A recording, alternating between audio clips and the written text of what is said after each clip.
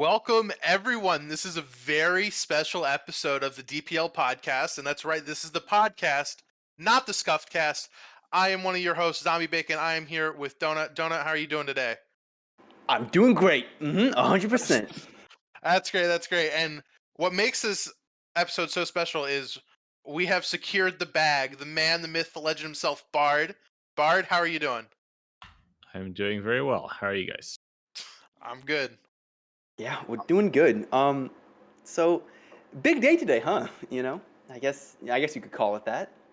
Huge. But, I mean, like Well, It is rather big, yes. Yeah, it's rather big. I think this is single-handedly the most anticipated update from everyone. Period. Particularly, the competitive community has been chomping at the bit for this. I know. I think this has been the only topic of discussion when due process came up outside of league play. Um, was customization, and that was literally every day for the past 4 or 5 months. And now it is here, and it is, if I do say so myself, Bart, in my professional opinion, quite sick, and Nice. it's really good to have it. And we're here to grill you on some questions about the game. So Sure thing. I'm actually really, really glad to hear that you guys like it. So cool. Yeah, it's been really really interesting. Seeing like all the hype around it. And I mean, it was at least among the internal testers and all the people in the know, like just the readiness for this to happen and for just being able to see it. It's really been something different. Well, I think beyond that, at least for Donut and I Oh, as staff members of DPL, we can't compete in the league. So, especially for myself, moving up as a player to staff member, that kind of took away a lot of what I enjoyed about the game, as I could no longer play it competitively. But now I think this makes the casual experience so much more rewarding. And hmm also now I get to look funny. At least I think the first full character outfit I unlocked made me feel like a liberal arts professor at my community college, you know? And so it just kind of that's what it feels like. And to be able to do that and have that kind of introduce that sort of personality into this game, because like we started, it's going to sound cringy, but we started like role playing in the game. But it adds another level of fun to an already really great product. And also, you guys have fixed a lot of things like a door bug, Yeah. that have kind of plagued competitive play for a while, and now they're gone. So I'm actually amazed to hear that door bug is fixed. So Oh. it's one of those things that you fix over and over again. It's like, well, I think it's fixed, but it's just really hard to replicate, it, you know? we'll never underestimate our ability to be able to break shit with our stupidity. Yeah, you guys should congratulate. I think it was Vince and Matt who worked on that. So yeah. But yeah, I'm just really stoked to hear that you guys are enjoying the customization. And I actually thought that the roleplay thing is quite cool. I hadn't considered that, but that gives me ideas of where to take things in the future. So that's really cool to hear. Yeah, it was one Mhm. of those where instead of saying I died with an Ingmar, I said when I had my professor outfit on, I was like, I left my pop quiz test, like my pop quiz on my person. You have to go pick those up, please, before they burn. Um, That's Pop a quiz One of the good tests, I idea don't too. take those, man. God, one of the best is I'm in grad school. I don't know what students do anymore. I just sit in a room for 2.5 hours and pretend to listen. Oh my god, I feel that zombie. But being able to like play the movie characters, like dress up as uh, whoever game character. I know Revenant just released a video about a bunch of different dress ups you can do, and it's been really exciting to kind of see what people have been able to come up with. Especially being able to role play. So I've that's started been playing. I've amazing. started playing like the music from Heat and stuff in the background while I play, particularly on like the tile set bank. I'm just like, it adds a level of like immersion that just like makes my 5-year-old brain very happy. That's very, very cool to hear. Like, yeah, it is all quite silly, and I think opens up a new aspect of the game that we've kind of been neglecting, which Mhm. is the expression, role playing, all that kind of stuff. And we hope to actually expand on that in the future. Yeah, but we've been, it's really awesome. But a lot of people, who aren't really nested in the community, a lot of people who could be coming from this update kind of don't know who you are, and so I was hoping we can kind of get, what's your role at the company? Who are you, Bard? What do you do? And, all that. So what's kind of like your role at GEC? Sure thing. I'm co-founder of Join Me Crab, and I am basically the creative director and CEO of the company. And it all sounds very exalted, but the reality is that I just started out working on this game with Vincent very early on, and um, basically we've just been expanding our team very gradually over many years, and that has necessitated me in more a coordinating role rather than directly contributing to the project now. But basically, if there's something wrong with the game, then I'm the guy to blame because I ultimately am the one responsible for all the decisions. So, um, yeah, so that's me. Um, what else would you like to know? I mean, a lot of people, see the creative director or CEO as kind of this cabal that says, we gotta make profits, make money, and all that. And so, one of the things that a lot of people really is that we're such a tight knit community, as the Due Process community, and more Yeah, of an maybe indie that's one way to studio. put it. Yeah, that's really like how is interacting with that? Have there any been challenges that you face as a CEO or a creative director when it comes to a game in a community like this? Hmm, I would say the challenge is mostly internal. It's quite difficult running a company. Um,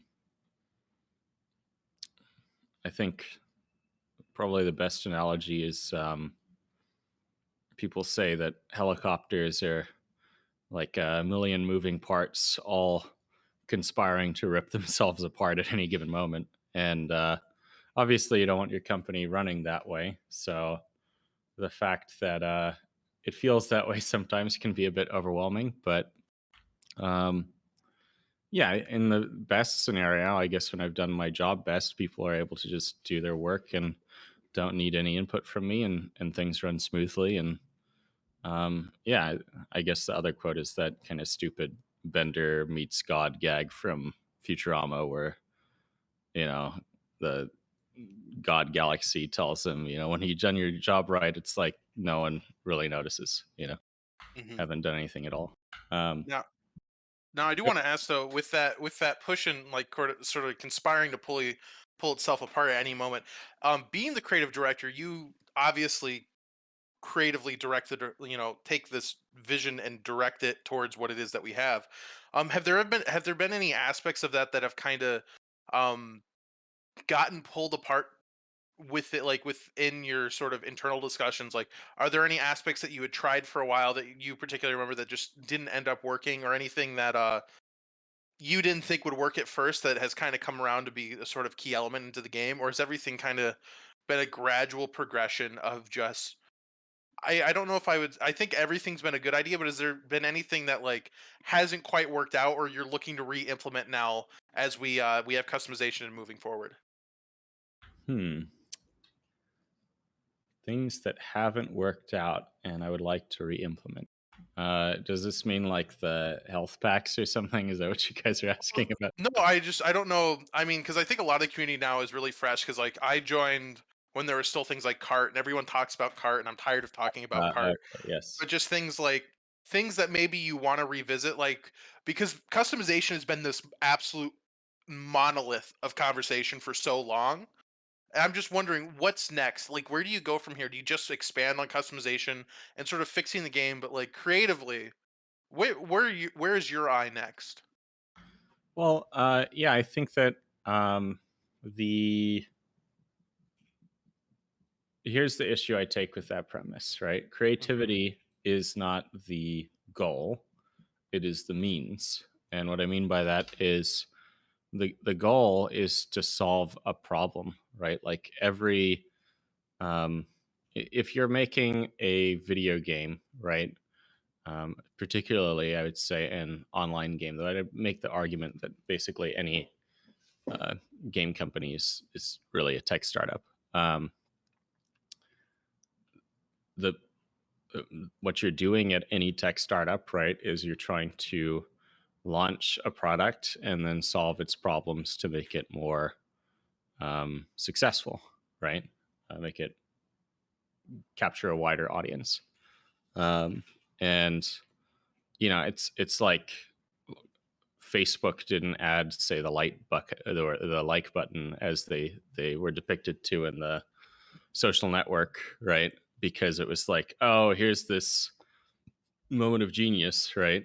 And it's creativity unleashed, right? Though I think there's obviously that was worked into the story because I think it is universally deeply appealing to our like narrative instinct, right? But yeah, the like button was probably added because it was devised as a way to increase user engagement, right? And it's like the creative thing is figuring out, oh, well, we need this thing, and identifying, well, this is why we need a like button. Is it allows people to say non-verbally signal approval or interest in things, right? When writing a comment can be kind of a bit laborious, or like I think in the worst cases, a bit cringy if you don't really know the person, right? So the like button's like it bridges that gap, right? It solves a problem. And for us, character customization, don't get me wrong, the reason why we chose the factions that we did was precisely with character customization in mind. And actually, character customization was built into the very um, beginning of the player character, like the object that you move around in the game, right? The player prefab, right? I I, I implemented a version of it, right? It just was really bad. Ultimately, had to be rewritten because it was slop job, right? Um, yeah, so character customization, we put it in not just because it's like, oh, creativity, but we were somewhat creative in our approach, I think. And there was a creativity in making sure that we've got to, because it's like you look at a game like Rainbow Six Siege, right? And both sides are like counter terrorists for some reason. And they're kind of limited to this. They don't have, you can see it in like their weird X Defiant game. Now they've got like this punk rock shit going on, right? Mhm. So yeah, the creative thing is making choices like that, where it's like, okay, well, we want to like encompass the widest palette of expression that makes it sense within our world. So choose a world that really binds well to that. But yeah, I guess to answer your question of like where future creativity will be applied, it is in solving problems, right? And actually, the my answer to like things like cart and shield, why haven't they been done yet? Is they do solve a problem, um, which is uh, obviously they solve many problems, but I would say there are two big problems that they solve. Right, one is uh, easy to explain, which is they add two new fulcrum strategies to each side, meaning, Mm. as a defender, if you deploy the cart, the entire plan pivots around the cart's positioning and supporting the cart so that it can actually deny an area to the attackers, right? Um, for the enforcers, right, the shield becomes a fulcrum in that, like, you support the shield so that it can make this push through a really contested space. And if the shield is sort of left alone to do its own thing, then it will probably get flanked and killed, right? Um, the reason why they haven't been prioritized for reimplementation is, oh, actually, I'm sorry. The other problem, and this is, I guess, crucial, is they also add magic to the game. So the problem is the game lacks some of the magic that it did in alpha. I'm sure many of the alpha testers will talk about, right? And magic Yeah. comes from a lot of different places, right? Like it's Hmm. cumulative, like every time you add magic to a game, in the best cases, magic interacts with magic. Kind of like, we've got like uh, water spells put out fire spells and all that kind of stuff that we imagine in other games, right? Magic interacts with other magic in emergent, unexpected ways and unlocks new possibilities. And it just leads to like a lot of really, really cool shit. And you clearly, if your game is lacking magic, the first thing you prioritize is putting the magic in, which is why game developers often say, you got to first find the fun with your game. What they're really talking about is like you have to find the magic, right? Because that's really what fun is you're interacting with something magical and it's fun. So yeah, if you'll permit that kind of nebulous explanation, basically what it is Cart and Shield. They are very much known quantities in what they will bring to the game. Um, I am very happy to put them in. But the other problem, and this is sort of where the CEO hat comes on, is you also have to consider the opportunity costs of implementing things. And, you know, I believe that the cart and the shield will take us about 6 man months to implement. And so if you have, say, 6 other things that would take a man month to implement, then you've got 6 shots at solving other important problems, right? And Hmm. so yeah, they will be developed. The uh, Perhaps I shouldn't say this, but I will. Ooh. Probably the best shot at them getting developed is for someone to say, "Hey, I am qualified to undertake this," and sufficiently demonstrate that to me, and then we set them up with the project and a contributor agreement, and we get to work on it. Because if we can add more tracks to the project in terms of what can be developed, then that is an avenue. But until then, or until we can actually get around to it with the team that we have at hand, uh, there will be other really, really, and this is because again, I get the magic thing is very important, right? Yeah. But there's also other stuff, dynamics that exist in the game right now that delete magic, that deprive us of magic, and they have relatively simple fixes imagined for them. And if we can simply implement those in the meantime, then while we're waiting for the cart and shield to finally make their way in, we'll have a much better game in the meantime. And so that's really the uh, other part of my job, is really managing priorities, because unfortunately we only have so much time, and order matters. So um, yeah, I guess did that answer your question at all? I'm I think sorry. a lot. No, That it definitely answers. absolutely. Yeah. It's really pulling back the curtain on that, and I think that's great because at least I work in creative fields as well. Yeah, albeit in a different capacity, but I will say it's really nice to see that you have found a balance, because I think often, particularly with creative projects, finding that balance of doing too many things and what order to do them in is often compromised and leads, if not done correctly, leads to a poor product, unfortunately. And hearing you say that, at least for me, instills a lot of good faith that there's a lot of forethought going into things Oh yeah, I the mean, right way. order of operations is everything. Um, Unfortunately, Oh, right? oh Like God, don't say that. Don't make me think about Mm. math. Yum math. the Two different reactions PEMDAS, I from that. can't remember. Oh yeah, Yeah. yeah, PEMDAS. Oh God. Exactly. Um, yeah, and like a good example, right, is like something, I guess, just a peek into our thinking is I should hesitate to do this more, because sometimes people catch wind of what we're thinking about doing, and it becomes very grand narrative about how we've been working on this thing for years and years, and it's such a enormous project, and it's like, yeah, it's just been on hold for years and years because, again, the order of operations, right?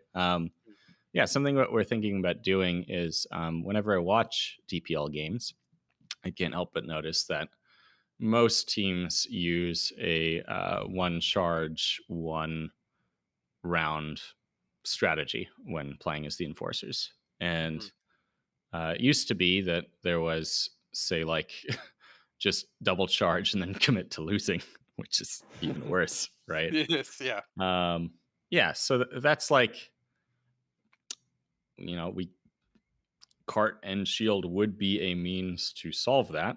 However, I would like to point out that in a forced eco, a cart on the green door is probably the worst position you can be in. And in the best case for a succeeding attacking team, just because you have shields doesn't mean that you're going to necessarily use them for an eco round. You'll probably end up just using them to augment a really um, difficult push you make from a door charge, right? Hmm. So it's like, yeah, what I'm trying to hint at is we want to add another tool to the attacker inventory to break them out of the one charge, one door meta, and get them in a position where they can really start thinking a bit more creatively and innovate in their approach instead of just kind of being forced to play the meta of each map, which is kind of like if people are doing that in our game, then we've truly failed because what's the point of a game that requires map knowledge spanning you know dozens of maps in like a partially weekly refresh catalog, right? It's such a horrible split of the difference that I just can't stomach it. So that I'll leave you guys to speculate on what that might be, but Hmm. um, yeah, we like that's the kind of stuff that we're thinking about, and other things that we want to solve involve, say, in the spirit of solving more problems. I whenever I play like the 10 mans, there's excruciating moments where you're just kind of waiting for the next match to begin and or next round, right? And there's just no point to the waiting, you know. Mm. Um, and you know, more broadly, there's obviously a lot of complaints in our negative Steam reviews about how there's too much downtime in the game. I would say some of the reviews come from they just don't get that this is supposed to be a game where planning is necessary, right? But then the other part is legitimately like there is just too much wasted time, and actually I love to play games that are quite how do I put this? Clearly, their focus is not on creating the most uh, thoughtfully crafted experience. Let me put it that way. And this is usually done at the expense of other, or I'm sorry, that is the expense of other virtues that they're pursuing with their games, and uh, that's why I play those games is that they go after, um, you know, more sophisticated virtues than we just want to make like a shooter that feels really really good. Like for instance, like Modern Warfare, I really respect that game because in terms of its movement and gun feel and all that jazz, it does feel really good, right? I just can't help but feel a sense of hollowness whenever I play it, though. Like I used to play a lot of Modern Warfare 4 I'm sorry, Call of Duty 4 when I was a teenager, and yeah, I don't think I can really ever go back to that level of engagement because I've grown past it, and so I play all these other crappy games because I need a better fix, right? But they all these crappy games have one thing in common, which is absolutely no respect for the user's time, and I guess on a very deep aesthetic level, I can't stand that. I don't like having my time wasted. It grinds away at my soul, and I don't want to make a game that inflicts it on other people.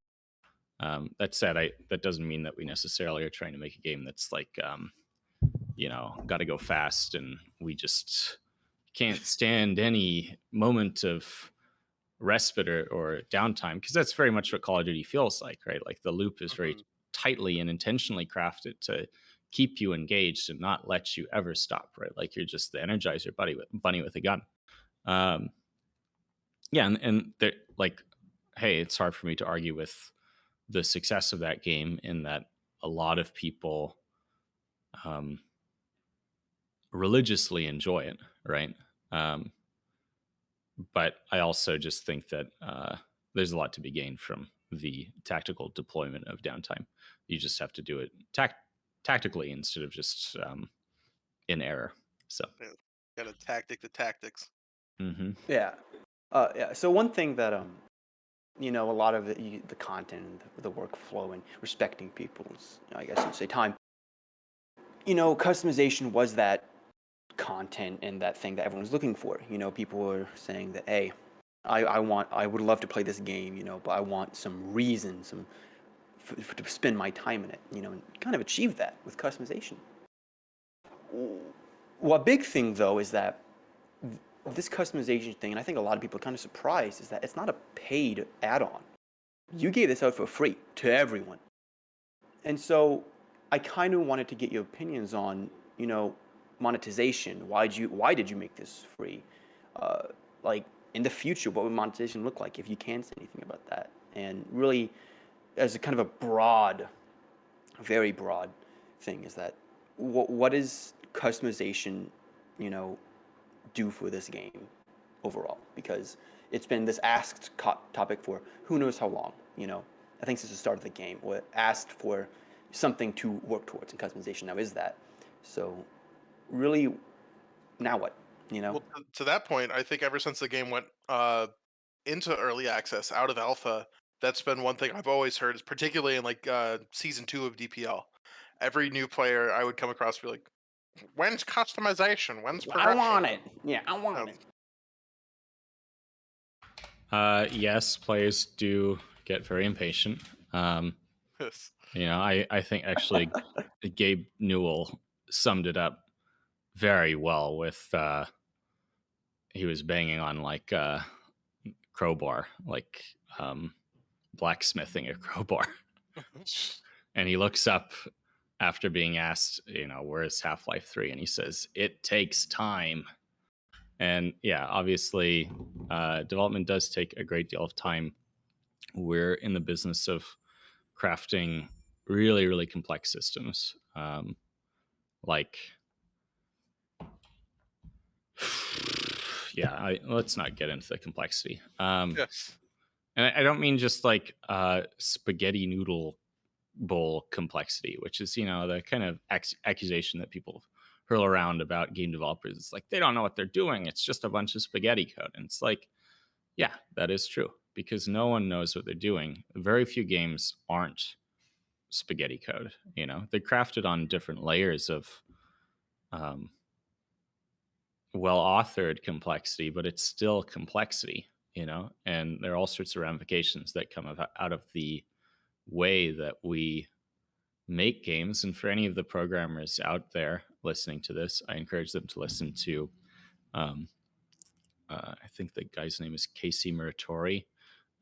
He articulates this brilliantly with, he calls it the 30 million line problem, which is that you've got millions of lines of code between you and the metal as a programmer.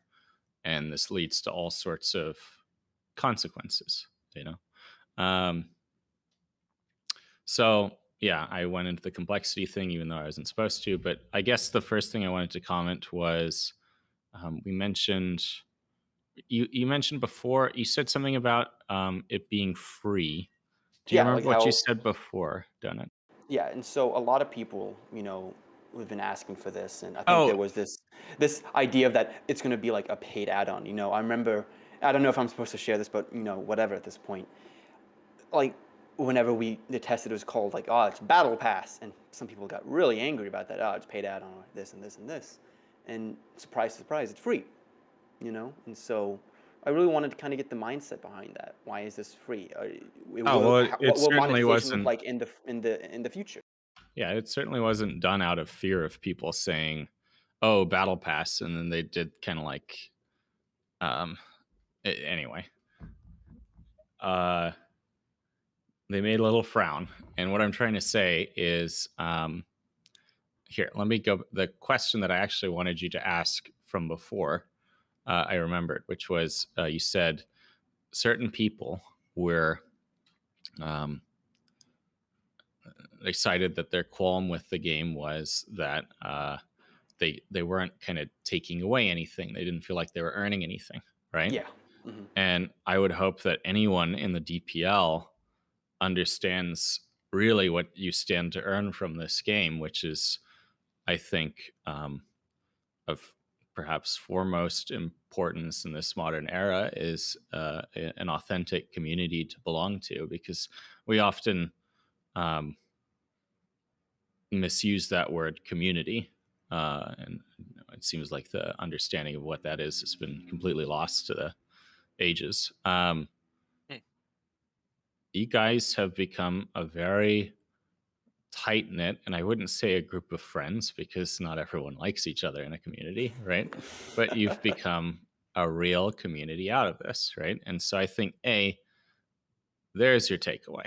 You know, that's probably the most valuable thing. And I know that when I played Halo 2, for God's sake, right, I ended up with a couple of friends that were lifelong friends out of that experience.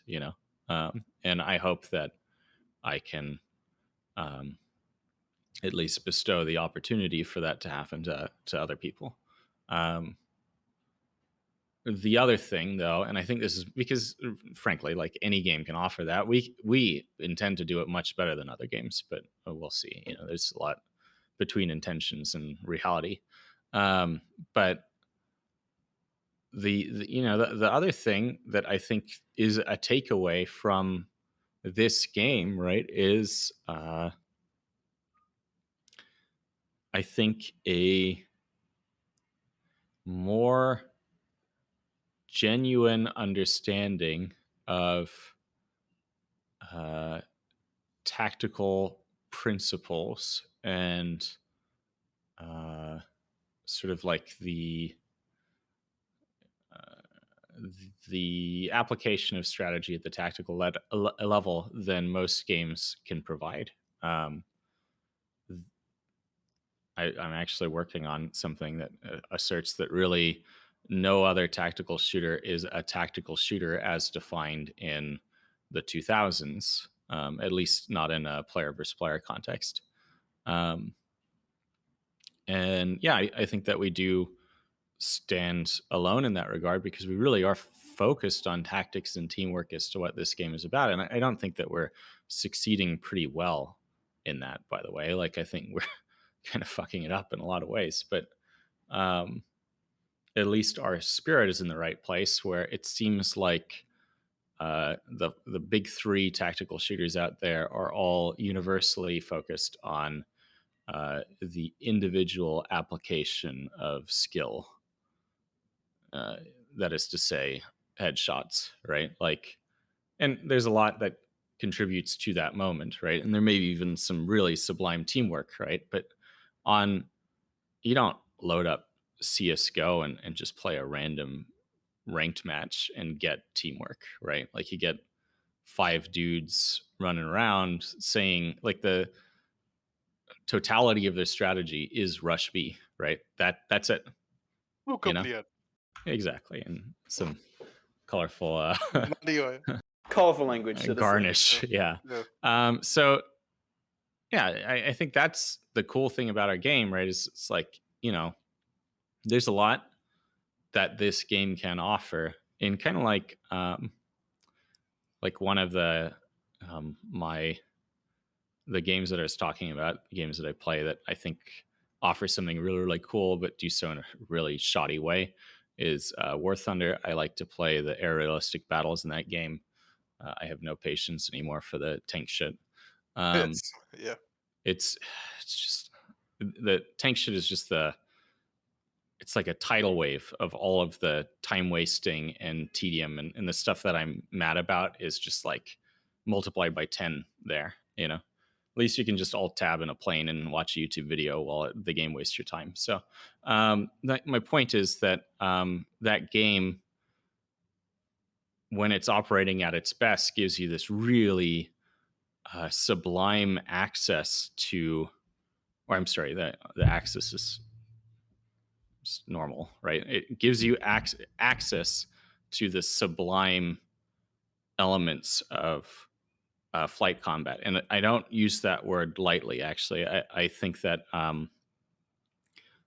why people watch ballet is or any of like the arts, right? Um, I suppose one of the reasons why.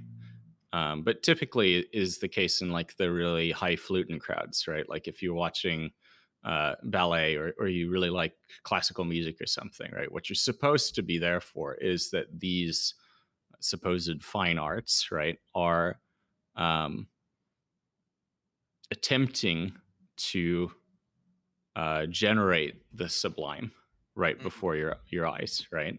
That's why you go watch Swan Lake or whatever. Um,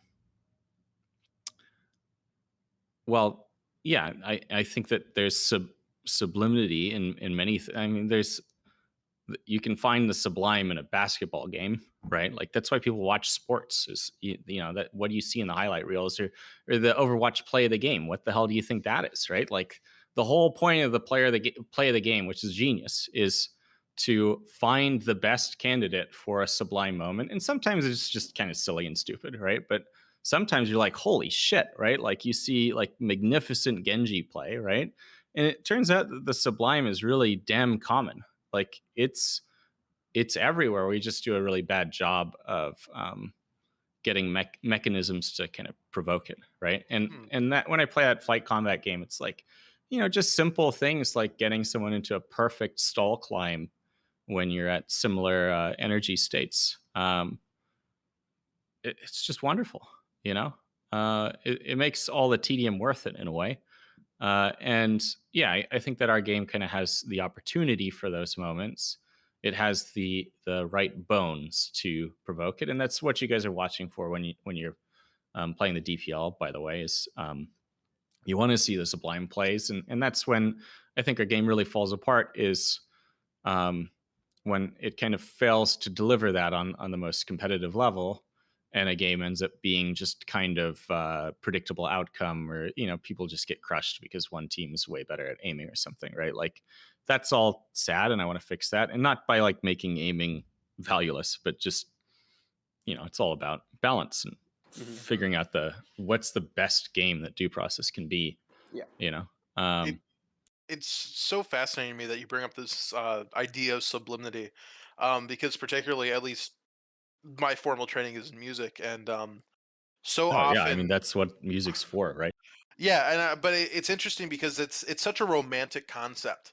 The sublime is so, where it really comes up in music theory and analyzation is obviously with Beethoven. That's where everyone talks about it, and that sort of romantic and then even Gothic era of sort of European art, and then post that we get sort of rejection of sublimity in a lot of ways, and it's really interesting hearing you navigate uh, due process's position within gaming as a whole, and really searching for that magic that lies within the ordinary, which for myself, is, I think, sublime, pardon me, and Not all.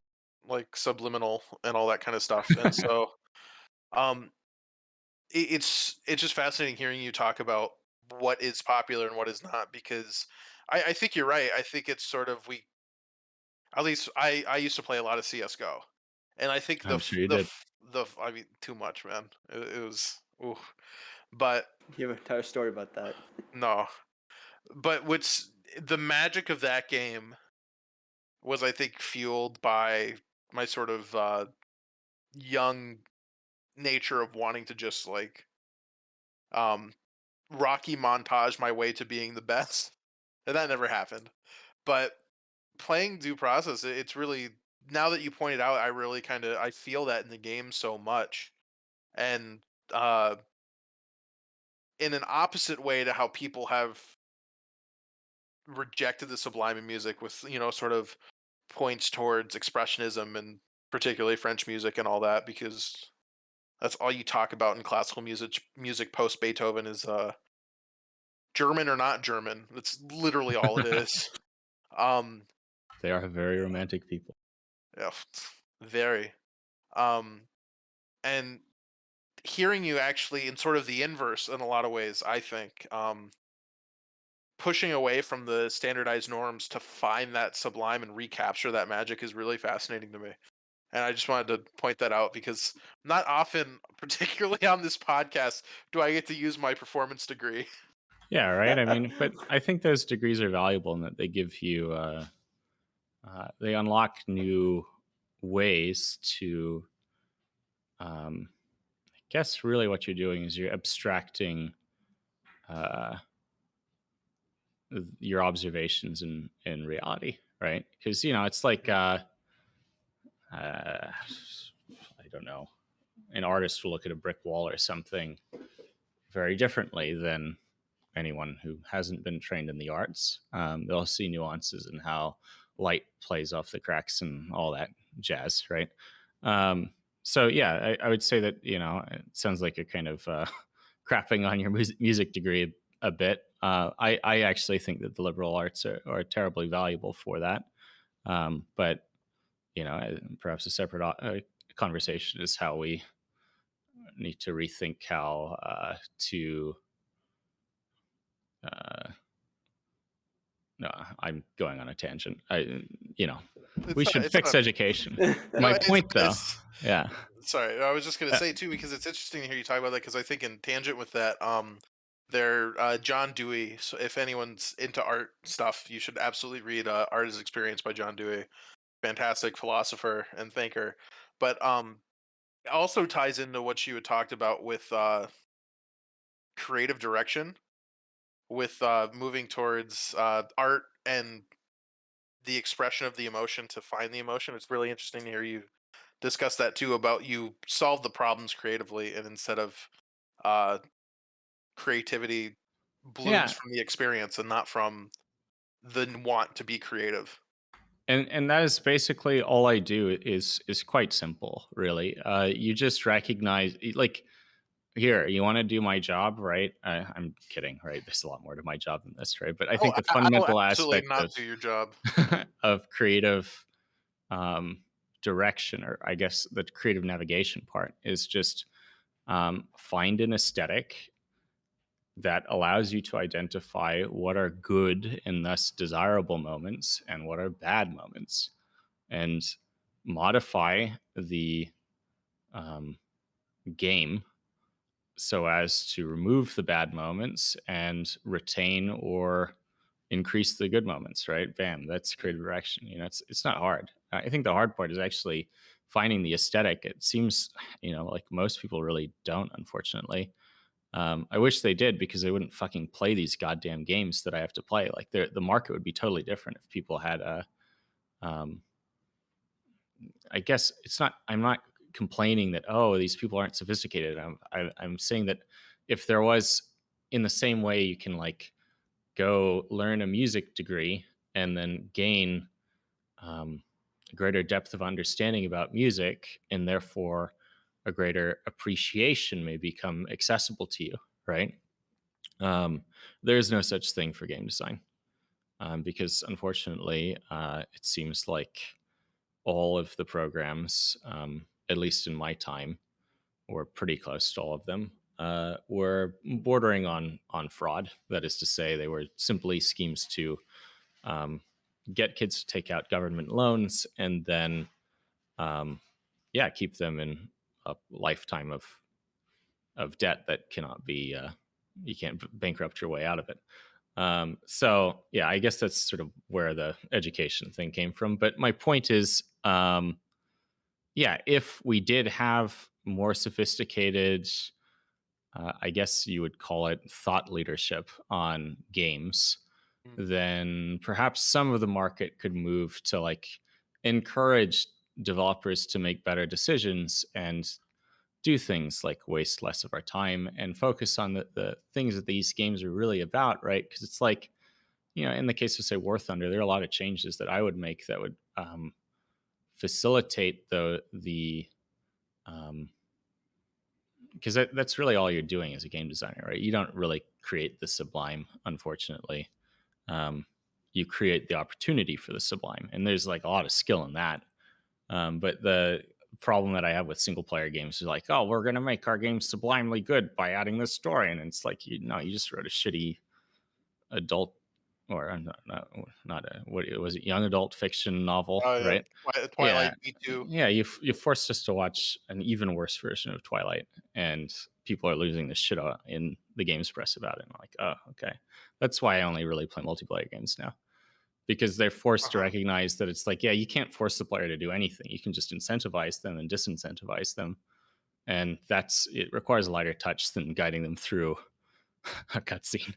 But the opportunity for that creation is such a Oh unique yeah. thing as well. I mean, it's like one of the reasons I have taken particular turns in my artistic journey as an individual is just uh, a recognition that I don't have the skill to facilitate that sort of environment where the sublime and sort of art, if you will, because that's what I deal with. Art can happen, and there's such a skill in being able to create that, and I think you've created that in like such a really compelling way. But I also, I mean, I'm Oh, biased. but I love that's the the game. secret that I'm trying to convey to you, Zombie, is Yeah. that no, no, no. I am not the artist. It is the player that's the artist, right? I facilitate the artist. I'm basically creating an environment for you guys to be artists, right? Just Oh, like when I I play. understand that. Yeah. No, Okay. I understand that, but I'm saying is there is such an inherent skill that is different from the art that it takes to create that space.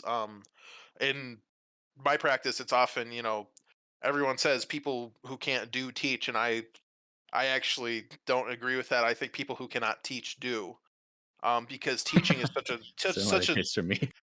yeah, it's like teaching is such a difficult thing to do. If you've ever tried to sit down and explain a concept to anyone, because you're bridging this gap of you have to realize that they don't have all of this context for you, and having to distill down years of context and training Yeah. to be able Story to of my deliver that life. to someone else. Yeah, it's ridiculously difficult. And I mean, that's one of the things I do is I try to teach my team, but in some cases I'm younger than my teammates, and mhm, it's and I don't have years of distillation where I've refined my approach. This is the first time. In fact, I understand very little about what I'm trying to teach. And so, yeah, it's excruciatingly difficult to teach people, yeah, especially if you don't have the benefit of having messed it up for many classes and finally refined it into something coherent, right? Most of the time I just sound like a contradictory crazy person, So it's quite difficult. But yeah, contradictions are what make life. I suppose so. Yeah, um It sucks. Uh, I, but I did actually want to say mm, about the art thing, right? Like, yeah, I really do believe that all I am trying to do with this game and all games that I would make is just put you guys in the position of artists and make it as easy as possible to get those sublime moments, right? And so I suppose what I'm trying to convey is really a sense of humility, because it is up to the players to actually appreciate the game, and realize sort of what it can offer, and play it for that effect, right? And yeah, which is actually meant to be a very specific segue back to the purpose of customization. Um, I hope your thing has like a rewind button, the title cards. To answer your original question, Donut, regarding what is the purpose of customization, right?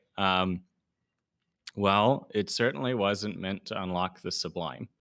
Though in this conversation with you guys, I've already written down two notes that I can maybe um, help make that happen, right? It's just like uh, I would much prefer to make chess, honestly. Chess has no progression system. Everyone understands that what you get out of chess is you play chess and you get better at chess, and there's something deep that you learn out of playing. Like, something important comes out of playing chess, right? Like it's rewarding in a profound way. Mhm. I would love to just make that game and people be like, oh my god, this guy made people call close quarter combat high speed death chess or something, right? Yeah, Oh, that exactly, would yeah. be awesome, dude, right? But unfortunately, I am not that skilled a creative director, and so really, what customization is a crutch. Like people want progression in games, and I think they really want it because chess is. I wouldn't say it's perfect, but it's pretty fucking close Oh, to it, right? but in that sense, we've also forced, customization, or not customization, but progression on chess with, Have we? well, yeah, Oh with, dear. Yeah, we have. ratings, grant titles, internet, like, Yeah, I suppose that's fair. I've played chess for years, and I haven't broken international Yeah, master, and I that just actually I pisses have me no off. qualm against those systems though, right? Like I think Mhm. that um we have a progression system. It's very bad in the game, or had one before today, which was the ranked progression, right? And well, we Ooh, do, that. yes, we do intend to do less slapdash pass on that and fix it and make it actually Mhm. do its job. But yeah, that kind of skill based progression and simply reflecting what you kind of know from playing chess, that is to say how much better you're getting, right? That's fine. Mhm. I don't mind like quantifying, displaying it, and obviously you can't capture everything in an elo, but if you think that it all comes down to elo, then you're kind of a dum dum, right? Like that's not the point of elo, is to be like, oh well, I'm statistically 1 point higher than you, right? Like it's my point though is yeah, this other aspect of progression, right? That is to say that the time investment progression is basically because, yeah, people do play games and they are kind of imperfect, right? I would say that if they were perfect, then like there probably is like versions of chess where you can unlock like different skins for your chess pieces or whatever, but Yeah. that wasn't really necessary for 1,000 years. So Well, seemed to do fine without it. it kinda was. They carved different types of sets, you know? Yeah, yeah. Actually, that's a great point. But it wasn't. It wasn't. That Yeah, was. That was. That it's was different. ruthless free to play monetization, Yeah, right? Like I carved this chess set out of the bones of my enemies, you know? exactly. Yeah, that's so yeah. The purpose of the customization is just, well, if you're gonna play a really imperfect object, then it would be nice to like get something out of it because it's not perhaps the best application of your time. And so it feels good to get something good. And it takes the sting out of all the, I think, really bad moments in our game and, that kind of stuff. And of course, it's like a fantastic, I like player expression. I think it's really cool to choose different characters and outfits. And I'd actually like to make that a bit more meaningful a selection than just, you know, I just have one guy and I put kind of like the best stuff that I've unlocked on him, right? Like, I don't quite know how to do that yet, but I'd like to take it further and perhaps like innovate on customization and make it just imagine cooler applications than just it's just purely a vessel for like status display, right?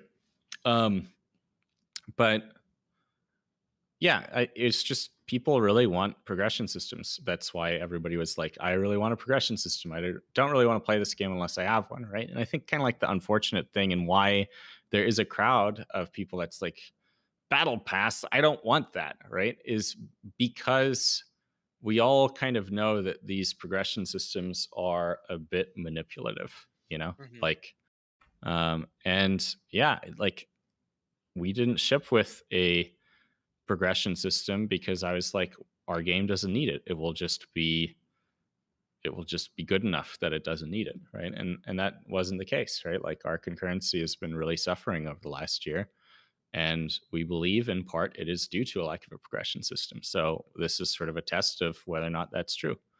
But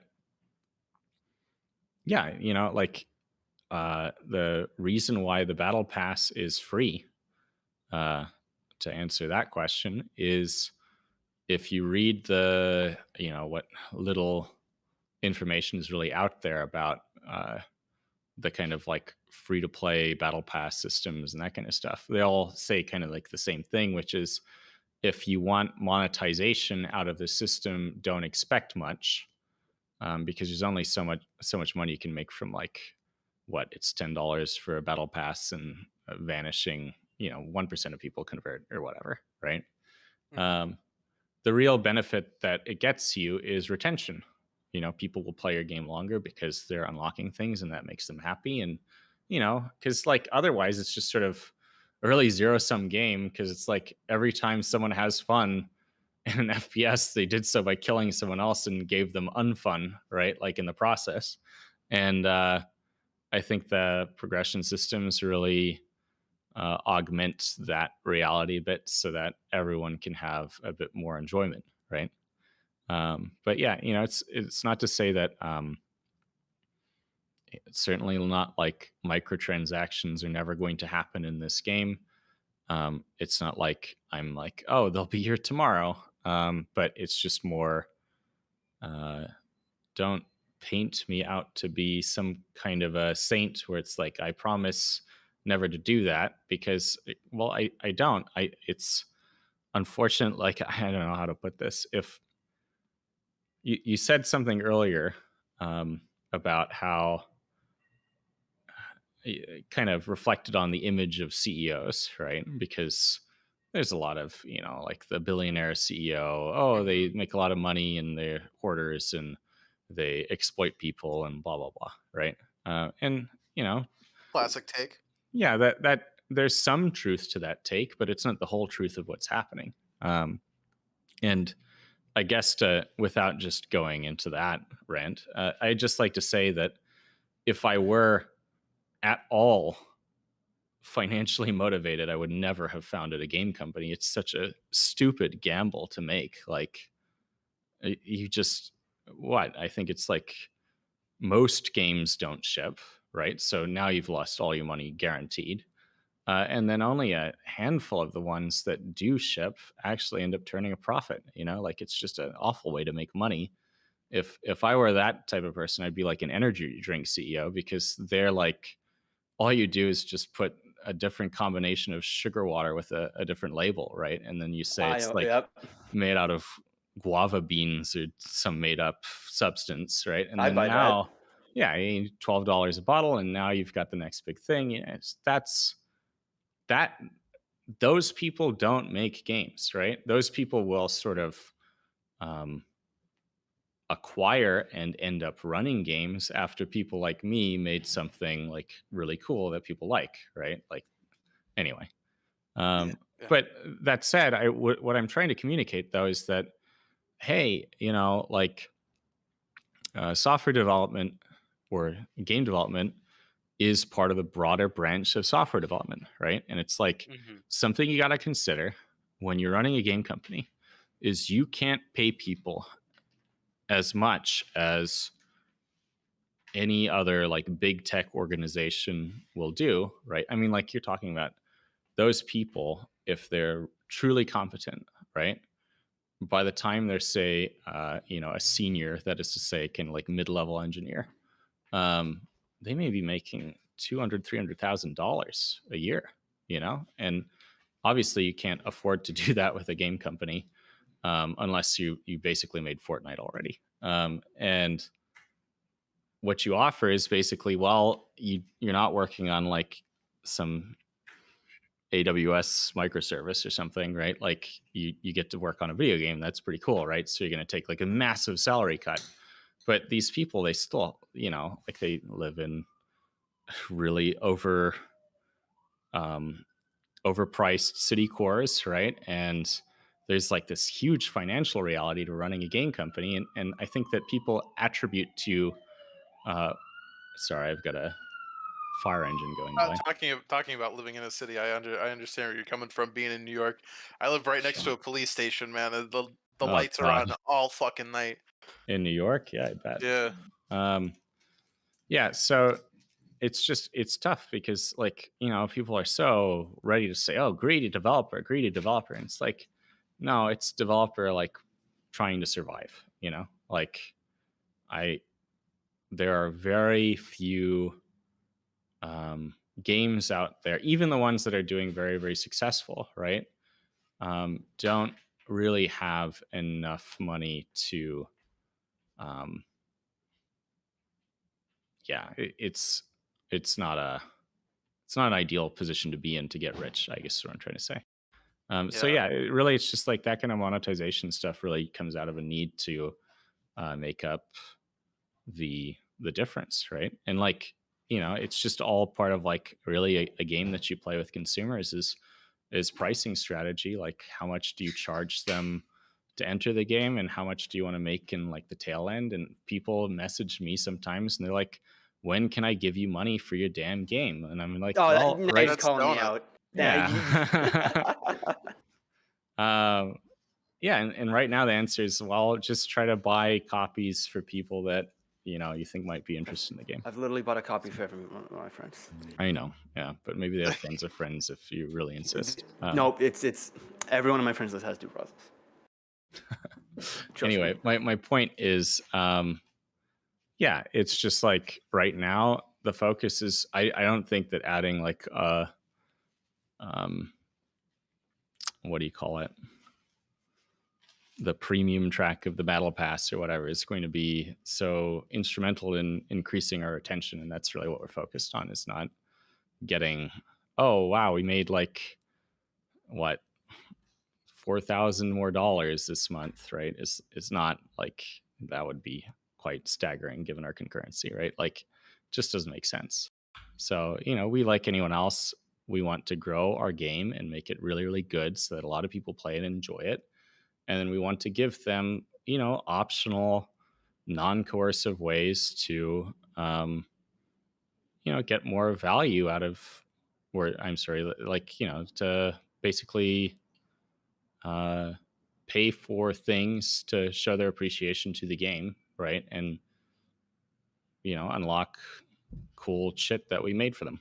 I don't think it's such a dishonest affair, right? I just think that really what happens is, the whole like mobile free to play thing is this like hyper cesspit of, it's really like, you're trying to inflict pain on people so that they convert. Because I'm sure you've seen those games where it's like they let you play them for a bit and they're like, in order to play more you need to pay us money. Have you Oh seen that God. kind of stuff? Yeah. Yeah, I've fallen That's, subject to that a few times. yeah, and that's probably I the play least Magic, dude. sophisticated way Like, to do it. The more sophisticated, right, is to just like quietly ratchet up the pain but never prevent them from playing the game, just make it excruciating, right? Which is what a game like War Thunder does, right? And it's like, you Yep. know I, so which is why, like, it's just, if you really value your own sanity, then you probably should just pay the piper just so that it goes away, because at the end of the day it does, like, it costs an enormous amount of money to run that game. I'm sure they're doing very well financially, but it's just, hey, it's capitalism for you. It's not going away, it seems.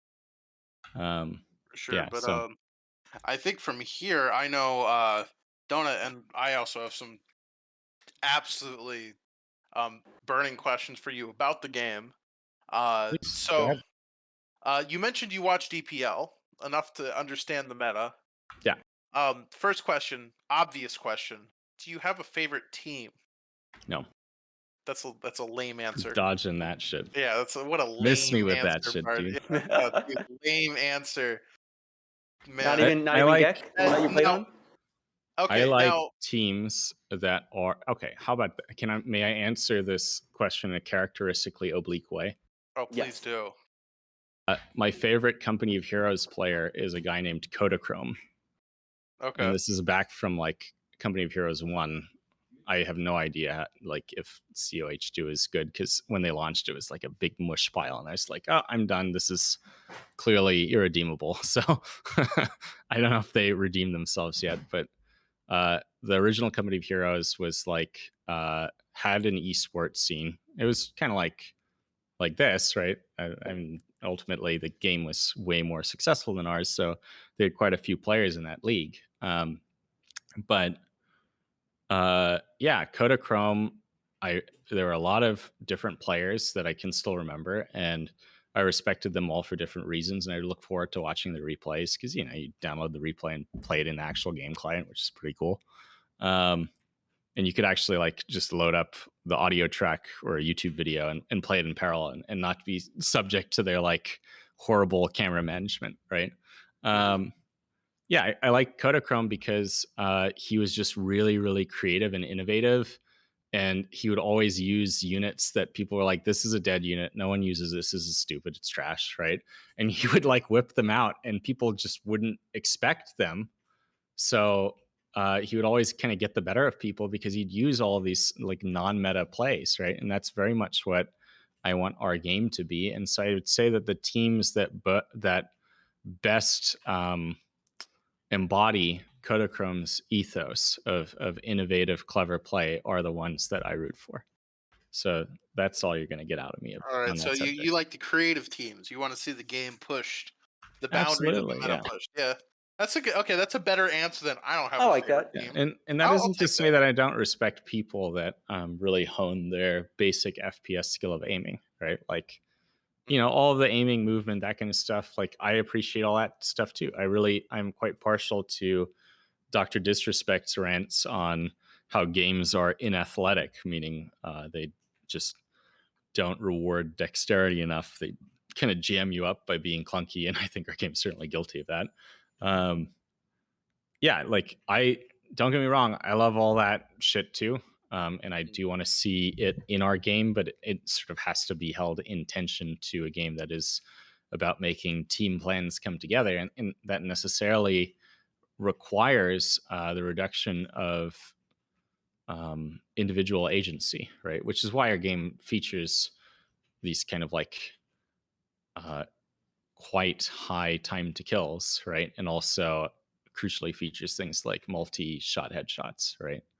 Is hey, if you make a game where this is sort of like the aesthetic desire of the top three tactical shooters, is that one player should be able to win a 1v4 or 1v5, right? And it's like in our game, that simply ain't so, right? Like I would say that I intend for you, if you expend every mat or every piece of ammunition between both your primary and secondary weapon without reloading, that's the like you need to be able to kill all five people that way, right? But I wouldn't say I want to make it especially easy, like just flick five heads and you win, right? Like because those games already exist, and that just deletes my game. Like you just can't make due process of um, individual agencies valued so highly. So I see. Now, moving on to a hot topic, really hot go for it. topic. Oh God, if this is what I Um, think. yeah. So there's been a lot of arguments about the tub lately. Oh God, yes. No, Okay. Yeah, there's but yeah. hear me out. So there's been this really compelling argument to me that the tub isn't supposed to be insane. Merchant, it's not supposed to be insane. About it's an eco weapon. That's what it Which should it be. is. It Um, is. but again, we are not you, and I get that. I suppose So that is true. this question comes from none other than Mackie Moose. What, in your eyes, is the proper use case for the tub? Um, well, I don't think of guns in use cases, so may I Okay. do the oblique thing again? What's the role the tub occupies, right? Mm-hmm. So this is echoing this line of reasoning, just in the spirit of respecting the genealogy of ideas and not stealing them. Okay. Jamie Greisemer, he developed the weapons for Halo 1, 2, and I think 3, probably. Yeah. But obviously, it's not like the Halo weapons really changed for the better. um, But they The only thing changed. they've They gotten worse. changed. I Yeah. don't know. Not to dish. I think actually the new Halo is probably going to be really good, by the way. I just, yeah, I was not really convinced with all the, what do you call it? The floating rock guns didn't seem like a Mm. powerful fantasy to me. Um, That's like the fantasy that Dr. Manhattan has, I guess, right? So what I'm trying to Okay, say got is it, got it. if an omnipotent god can have fantasies. So my point is, yeah, he came up with. I don't know if he came up with it, but I liked watching his GDC talks on it. Talked about how guns have roles, right? And this is kind of obvious, right? But really, what you're trying to do as a weapon sandbox designer is identify what are the roles of all of the abilities and guns that you have, right? How do they interplay? And crucially, like how does each thing dominate the role, right? Like, um, and this is a crucial thing is it's really domination, right? You can accept nothing less because if you do, you get a mushy game like Company of Heroes, right? That is to say, you walk up like the flamethrower unit to the building, and in Company of Heroes 1, it was like everyone fucking dies, right? And in that game was like you kind of just sit there watching this tiny fire, and it was just totally unacceptable. We don't want to make that game ever, right? And the kind of problem, right, is um, you're trying to find different roles for all of these weapons, and it can be actually quite challenging to do so given the constraints of a game. And like in uh, Greisemer's case, right, he like articulates really well how the magazine capacity and the cycle rate and say like the scope in time and all these like nuances contributed to the feel of the Halo sniper rifle, which say what you will of whether or not you like Halo's like feel, right? Like in terms of its role design, I think it's a masterclass. All the guns have different like specializations. There's definitely a right tool for the trade with every single gun. Like there's always a situation where some gun is ideal, right? Um, so we want to make that game, right? Like I think we're most inspired by Halo's weapon design in terms of that role strength.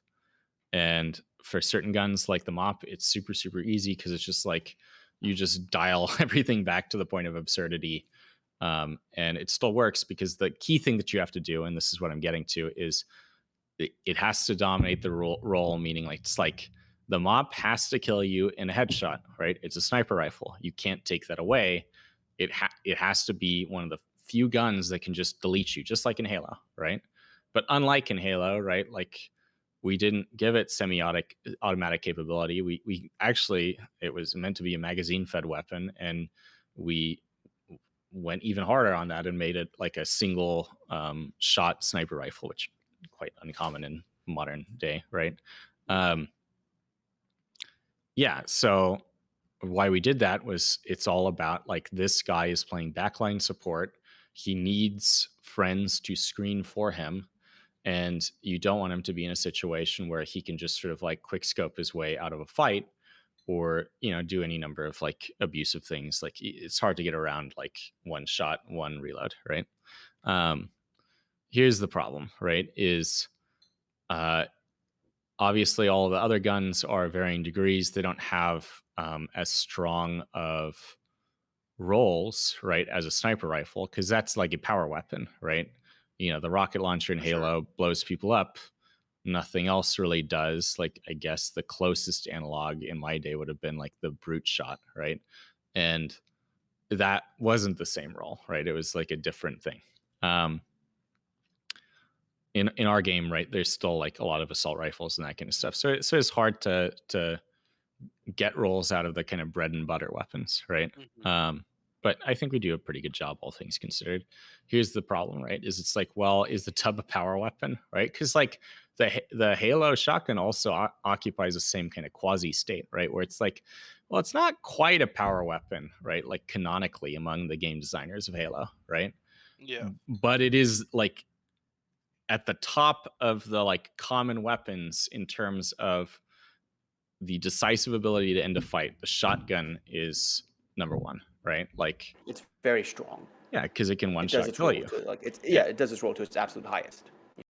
And so we want, yeah, it's like I think a pump action shotgun, crucially, it should be able to kill you in one kill. I think what you guys are experiencing are mostly hit registration problems with the gun. I would say that that's a major source of its inconsistency. But also there's sort of like some soul searching in like how to get that kill. Is very important. But I would argue that basically the problem with the tub is really that it is straddling two roles. And that is to say that shotguns are supposed to be kind of like the noob gun in many games, right? Because the logic is it's a shotgun, you can't miss, right? Well, yeah, it's just like if we made that gun, right, you can't miss, you just kill the guy, then it would be extremely powerful, right? And like you guys would destroy with it would ruin the game. And so our shotgun, the tub, needs to be really high skill one shot kill weapon, and that I think requires basically headshots is the means to get that kill, right? um Still, I do think that you want it to be able to handle uh a team in the way that it does in DPL rounds. Hmm. I just it needs to be more consistent. It needs to um, have certain aspects of it tuned, right? For instance, it's like a stockless shotgun, right? So it could be that this thing requires quite a bit of timing skill to get back on target after firing the first shot, that kind of stuff. And then I would say once you've got like the high skill shotgun, what you can do is separate, like you got to figure out a way to gate it so that new people don't pick it up and they're like, oh my God, I'm so bad, right? And then you give them like the low skill shotgun alternative, which I mentioned in a previous interview. Could be something kind of like the KS-23 in Tarkov, which is a very reviled gun, by the way. Um, Yeah, yeah. so I hope I'm not alarming people. I'm just trying to say that it's like, yeah, you definitely want to give people the like really brain dead shotgun so that really new people have, like because they're like people that really like to hide in like a bathroom stall or something, right? And they need a way to play the game so that they can on ramp onto it and hopefully come better so they never touch that shit again, right? But you need, yeah, like such a gun would basically need to have its penalties for use ratcheted up so high that it becomes an impractical pick for any experienced player. They're gonna prefer to roll the dice with the tub or whatever. That's just my thought on how to solve the problem. It doesn't have to be say KS-23. It could be like, I don't know, double barreled shotgun or whatever, right? Like many ways to crack that egg. But yeah, that's like I don't like the tub. I never use it, so Fair, I fair. want to fix it. But yeah, it's just sort of like again, tough problem. It is interesting you bring that up though, like with it being a stockless shotgun, because I'm a firearms enthusiast. I like to shoot. I own quite a few firearms, at least, well, not here in New York right now, but back in Michigan. I bet. Back in Michigan, I have quite the collection. And Mhm. one thing I always hear in whenever I do classes or I take a new friend to a range or something is always like I always think shotguns are not the way to go because I think rifles are the easiest thing to use. Oh, for sure. Again, in my experience, and it seems so counterintuitive to what everyone who hasn't used firearms tells me because everyone's like, "Oh yeah, shotgun, pistol, rifle." It's like, no, rifles are the easiest things to use, um, in terms of experience required to become proficient. So bringing up the fact that the shotgun is stockless is, I think, for me, with that kind of background, a really great way of understanding why some of the nuances are the way it is, because you can still get one pumps with the tub. I think it's just in the popular case, a lot of the clips we see complaining about the tub, it's people running around and Missing not trying. entirely? Yeah, that's the hit Maybe, reg. Yeah. yeah. Well, it's not even. I don't even know if it's hit reg. If it's just a, I was hoping So you'd say it, but it I'll is. say it. It's a skill issue. Uh, Oh my Well, gosh, yes. okay. I listen. I will say it is a skill issue, but that doesn't But mean but that. Uh oh.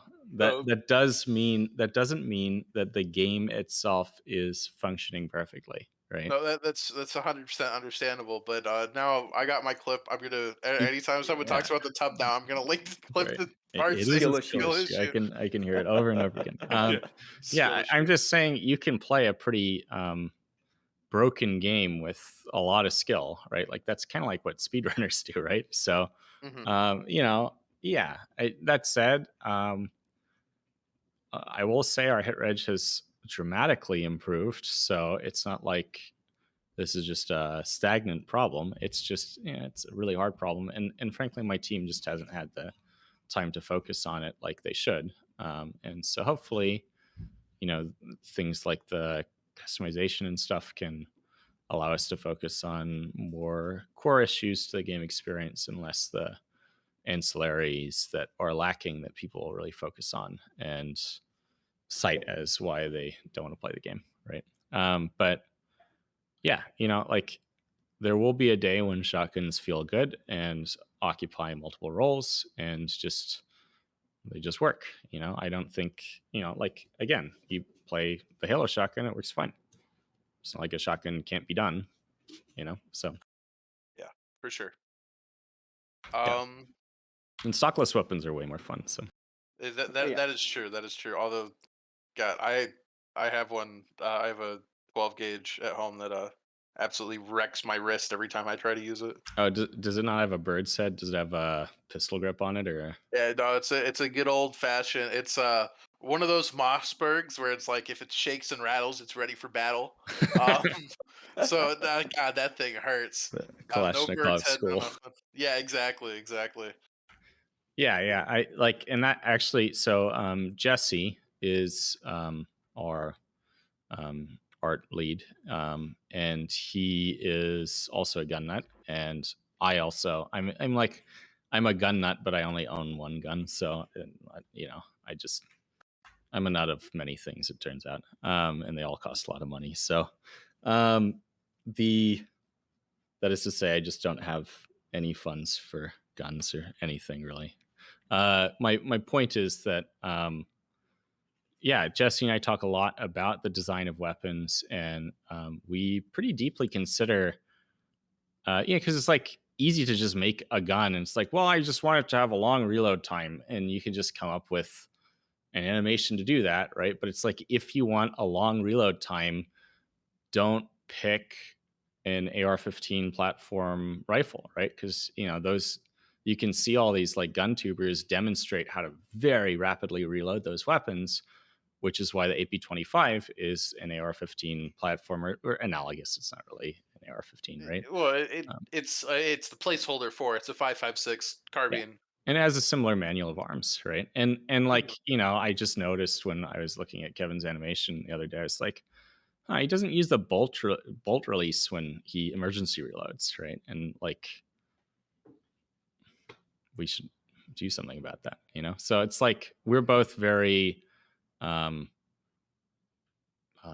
deep in our appreciation of guns, and we selected the tub has a pistol grip precisely for that reason, so that it has justifiably more recoil. And you can imagine that these things would be like loaded with the most magnum ammunition available, Well, right? Like, you're using, if I remember in the game correctly, it's double lot buck. yeah, that's what it says, Yeah, right? so I mean that's just in my head that automatically where it goes. Yeah, So it, something that I'd like to do is basically, because people were talking about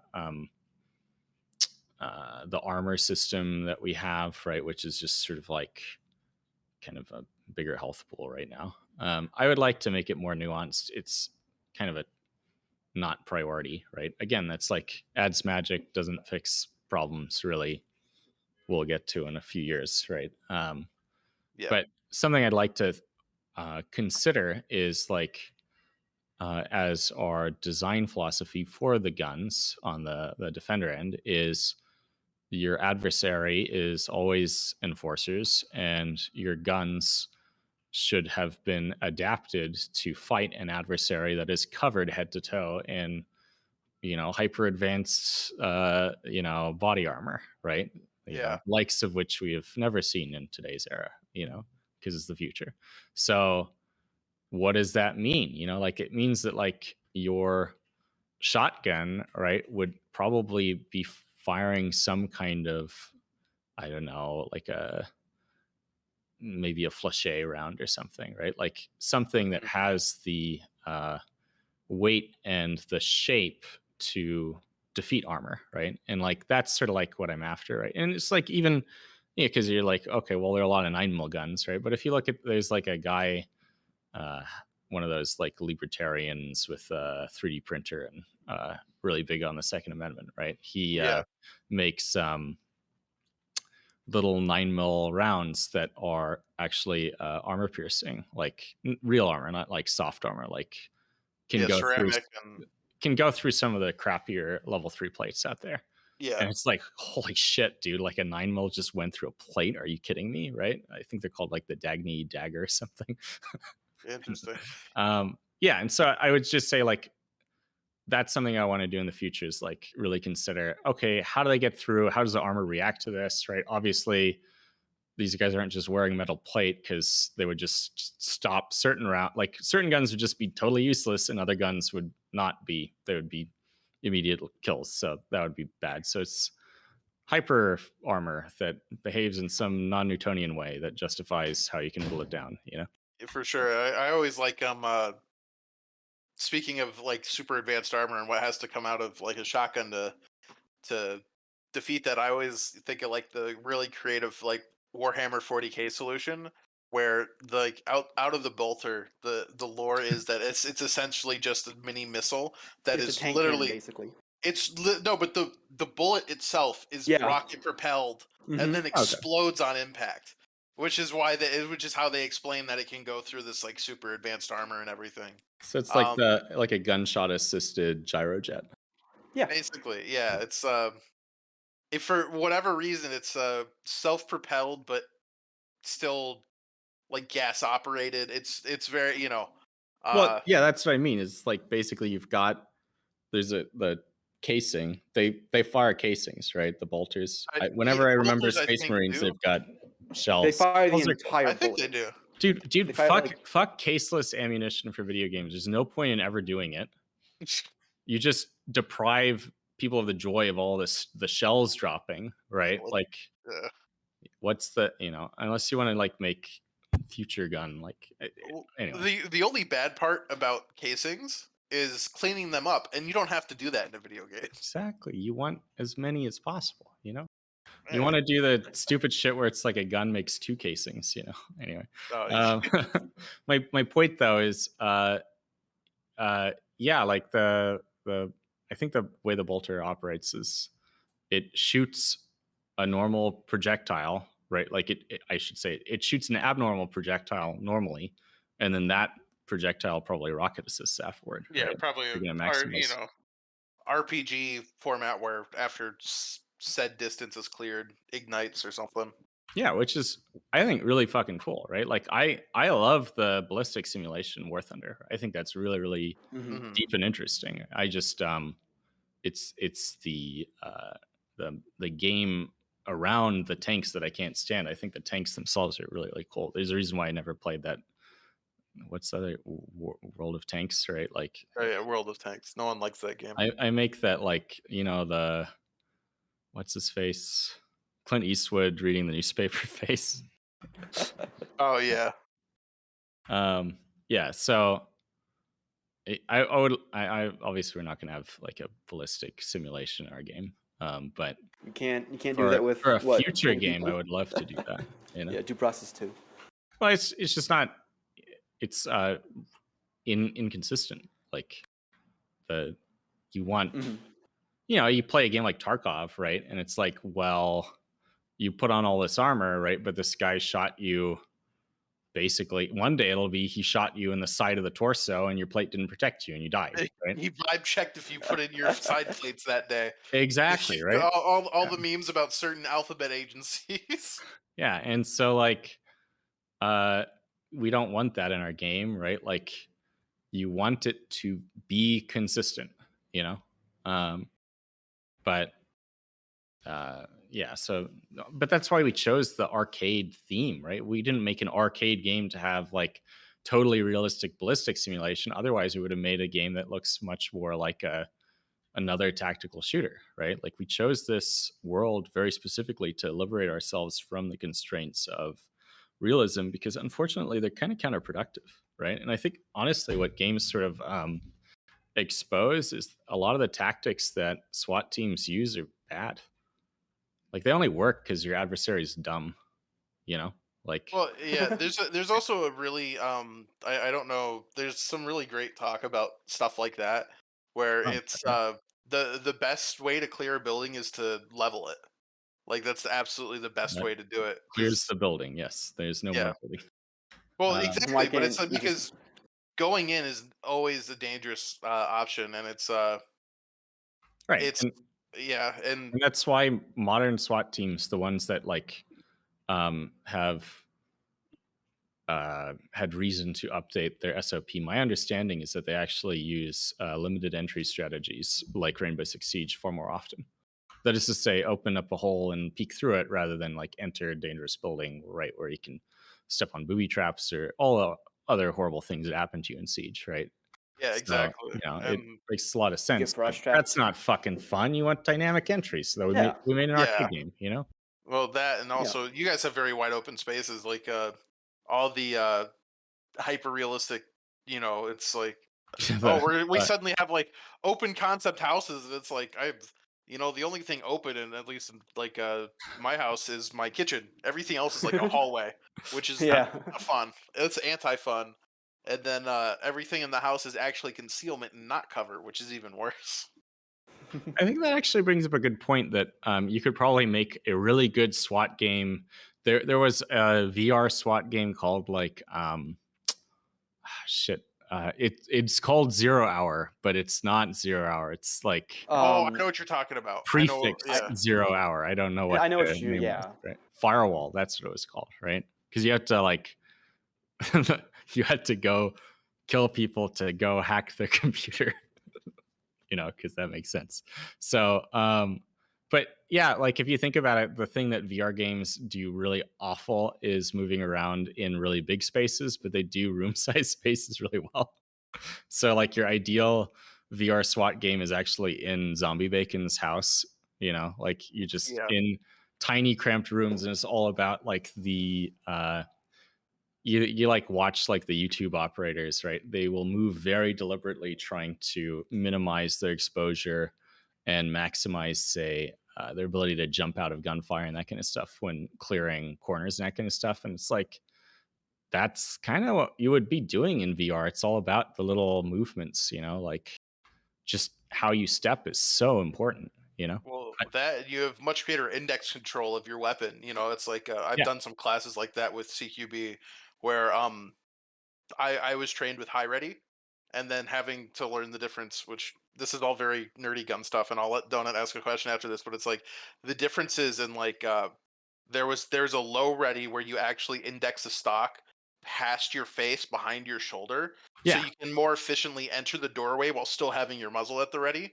And it's just like that's from the past 40 years of people only doing CQB in places that really suck. So I'm done talking. It's all totally. And donut doing from so here. with Sorry. really long ass guns that have Hmm. like 16-inch barrels and suppressors on top of them. So it's, Yeah, yeah, that you like, had 6 I inches mean, on. Jesse and I will LARP in his house and just like do those retention holds, clearing it together, So it's like, I hear That's you, dude. amazing. I'm fucking gun nut too. Like, I just, yeah, I wish you could make all of that stuff matter in our game more. It's just, again, like, uh, it's tough to balance things, and not like the game balance that's comparatively easy. It's just tough to balance priorities.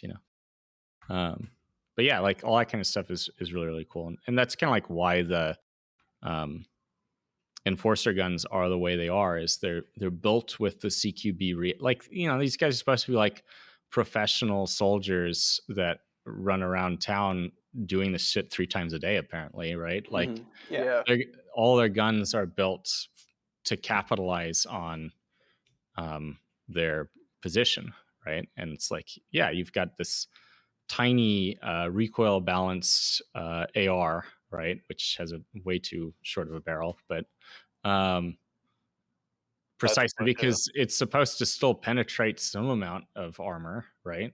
Hmm. Like, you'll notice those little cute plate carriers the defenders have now in some of their customizations, right? Yeah, that's wise because it still has to be, not useless, but you also don't want, I mean, I think those long AR-15s are actually quite beautiful. But uh, They yeah, are maybe gorgeous, but I'm building a Mark 12 right now, yeah. mod 1, and I love it. It's a gorgeous thing to look at, but I don't want to like have to enter a house with it 18 inches of barrel and a fixed stock. Like that's Oh, dude, just yeah.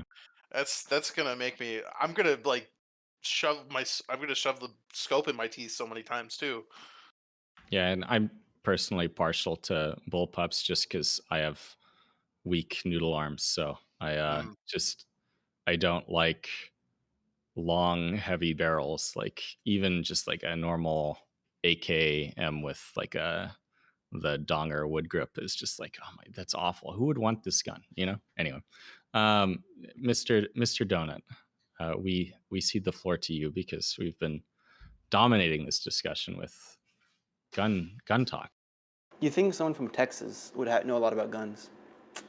I am from Texas. Oh, okay. Zombie, I don't. I see. Oh yeah. I thought Yeah. No. you were from Texas or something. Yeah. Is everyone from Texas? What's going on? No, Roach is Irish. Oh, Yeah, but Well, I I moved mean, away from the Texas, but I was more nah. Texas than Donut. That's all I got. Yeah, that basically happened. I rode horses. I was a cowboy. well, Roped that's very cool. cows. No, No, but that's off the donut. Sorry, I'll stop talking. no, I'm just laughing about all of it. You said it's like, oh, you want a very tactical game. I mean, isn't the game's like thing? It's that, oh, it's the thinking man shooter, right? Yeah, that's at least what's on the website. Um, I mean, so far, recently this game and at least its history has been very like fast, very rush based. The best strategy is breach and run in, flash a lot, and you know. And I really wanted to kind of ask is that if when it comes to a tactical shooter, is this like the design you want in this tactical shooter? Very fast, very rush based, Not all. a flash and run, or is it more? Do you want to slow the game down? And if so, how are you going to slow this down? I want to give you the option between slow and fast, right? Like because here's what I want to do. I want to give you a reality, right? The virtual reality of the game. And then I want to make that reality, um, call it tastefully reflective of our own reality. And by that, I mean, again, certain things like one shot headshots. I've toyed with the idea of like, well, maybe we should try it and see just how bad it is, right? Because it is satisfying to model reality, right? Like it feels good. That's why so many games have realism as a core aesthetic, right? But on the other hand, I just kind of have a hunch that like unfortunately reality just kind of falls apart when you put it in a game because games aren't real, like that's the delta between all of that SWAT cool guy shit that you see in real life.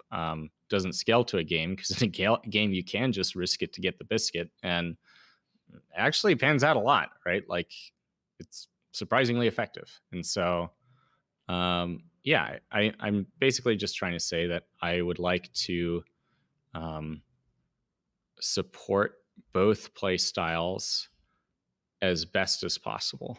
And I know that kind of sounds like a non-answer, right? But it's like, yeah, the key may be slowing down certain actions, right?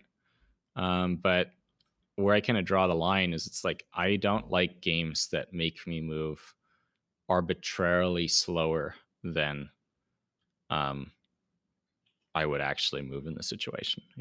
Like someone's shooting at me, I'm gonna be fucking brisk about it. Like I'm not gonna You can be running away.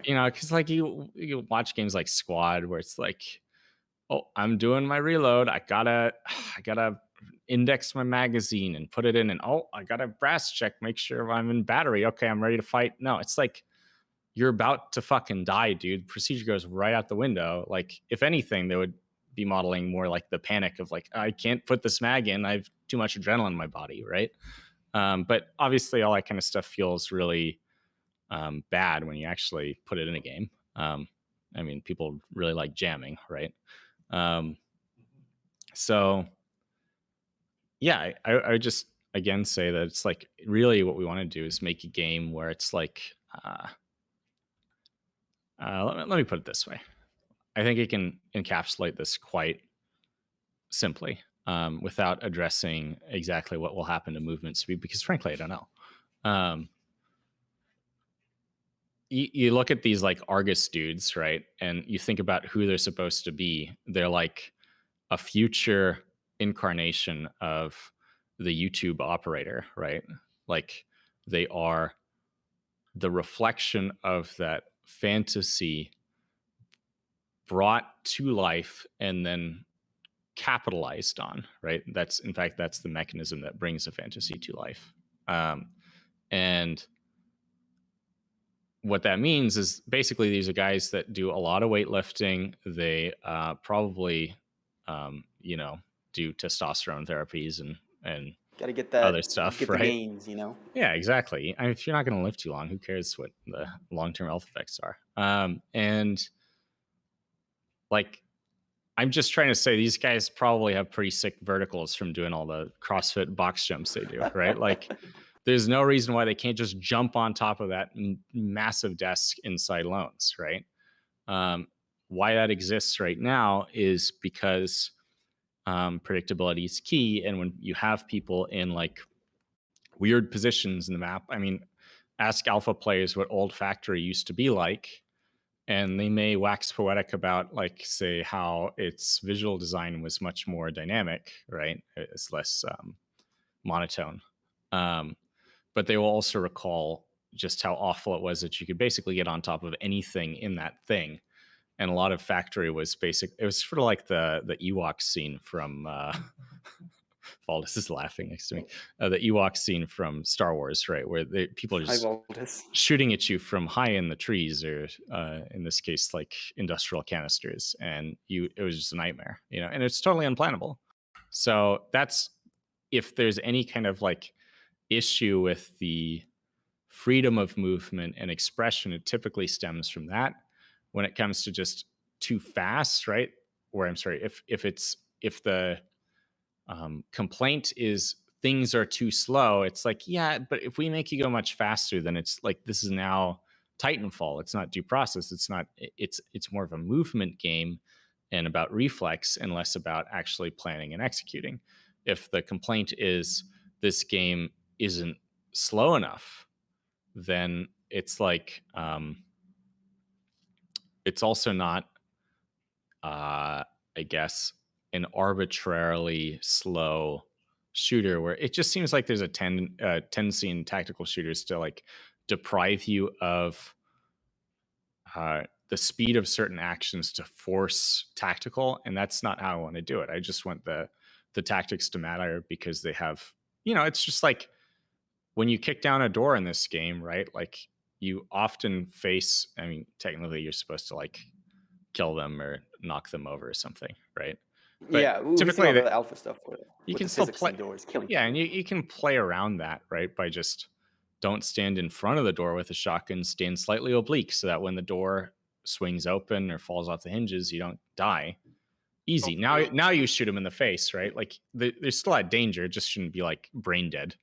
Yeah, you don't kick doors if there's a guy on the other side of them, right? Because he's gonna shoot through the fucking door. That's why you have the shotgun. Those procedures, right, exist for a reason, and I want people to use the procedures because they give you something, and not like, you know, like I don't know, that Medal of Honor game has like 12 ways to breach a door, and none of them fucking matter. Like you can tomahawk open a door, and it's no different than like using an explosive charge or doing any number of other ways to like open a door. And it's like, why would you make this? Like, it's just awful waste of time. You should have just made the game where it's like you touch the guy in front of you on the shoulder and then he kicks the door and you like sweep the room together. It's like way, way cooler. So I want to make that game, and I want you to like do all of that stuff, because it's like that's the meta. The meta is obeying the procedures of room clearing, the ones that actually make sense and not the like nonsense ones. Because So there's you like want the a lot of nonsense, you know? so you want the meta to be like reflective of real life instead of the kick door, throw flash, run type style. Yeah, totally. That it has dominated since Yeah. I don't know when. Forever.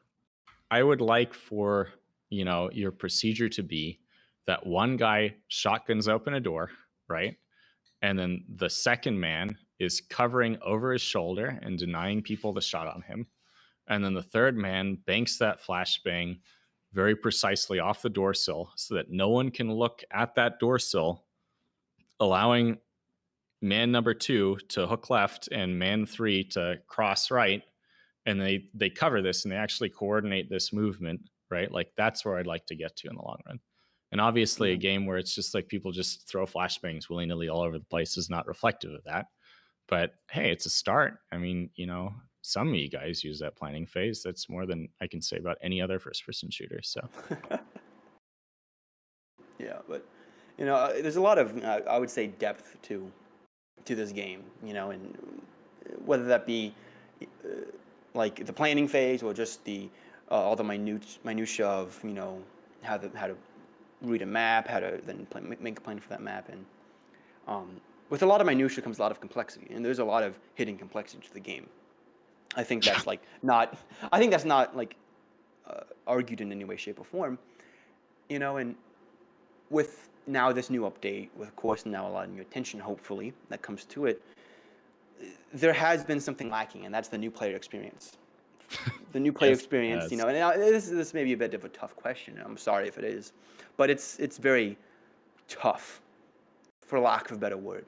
I've seen level 300 game count players put barbs in front of red doors. You know, and so I really just kind of Was want that to a new ask you, player like, experience problem, though?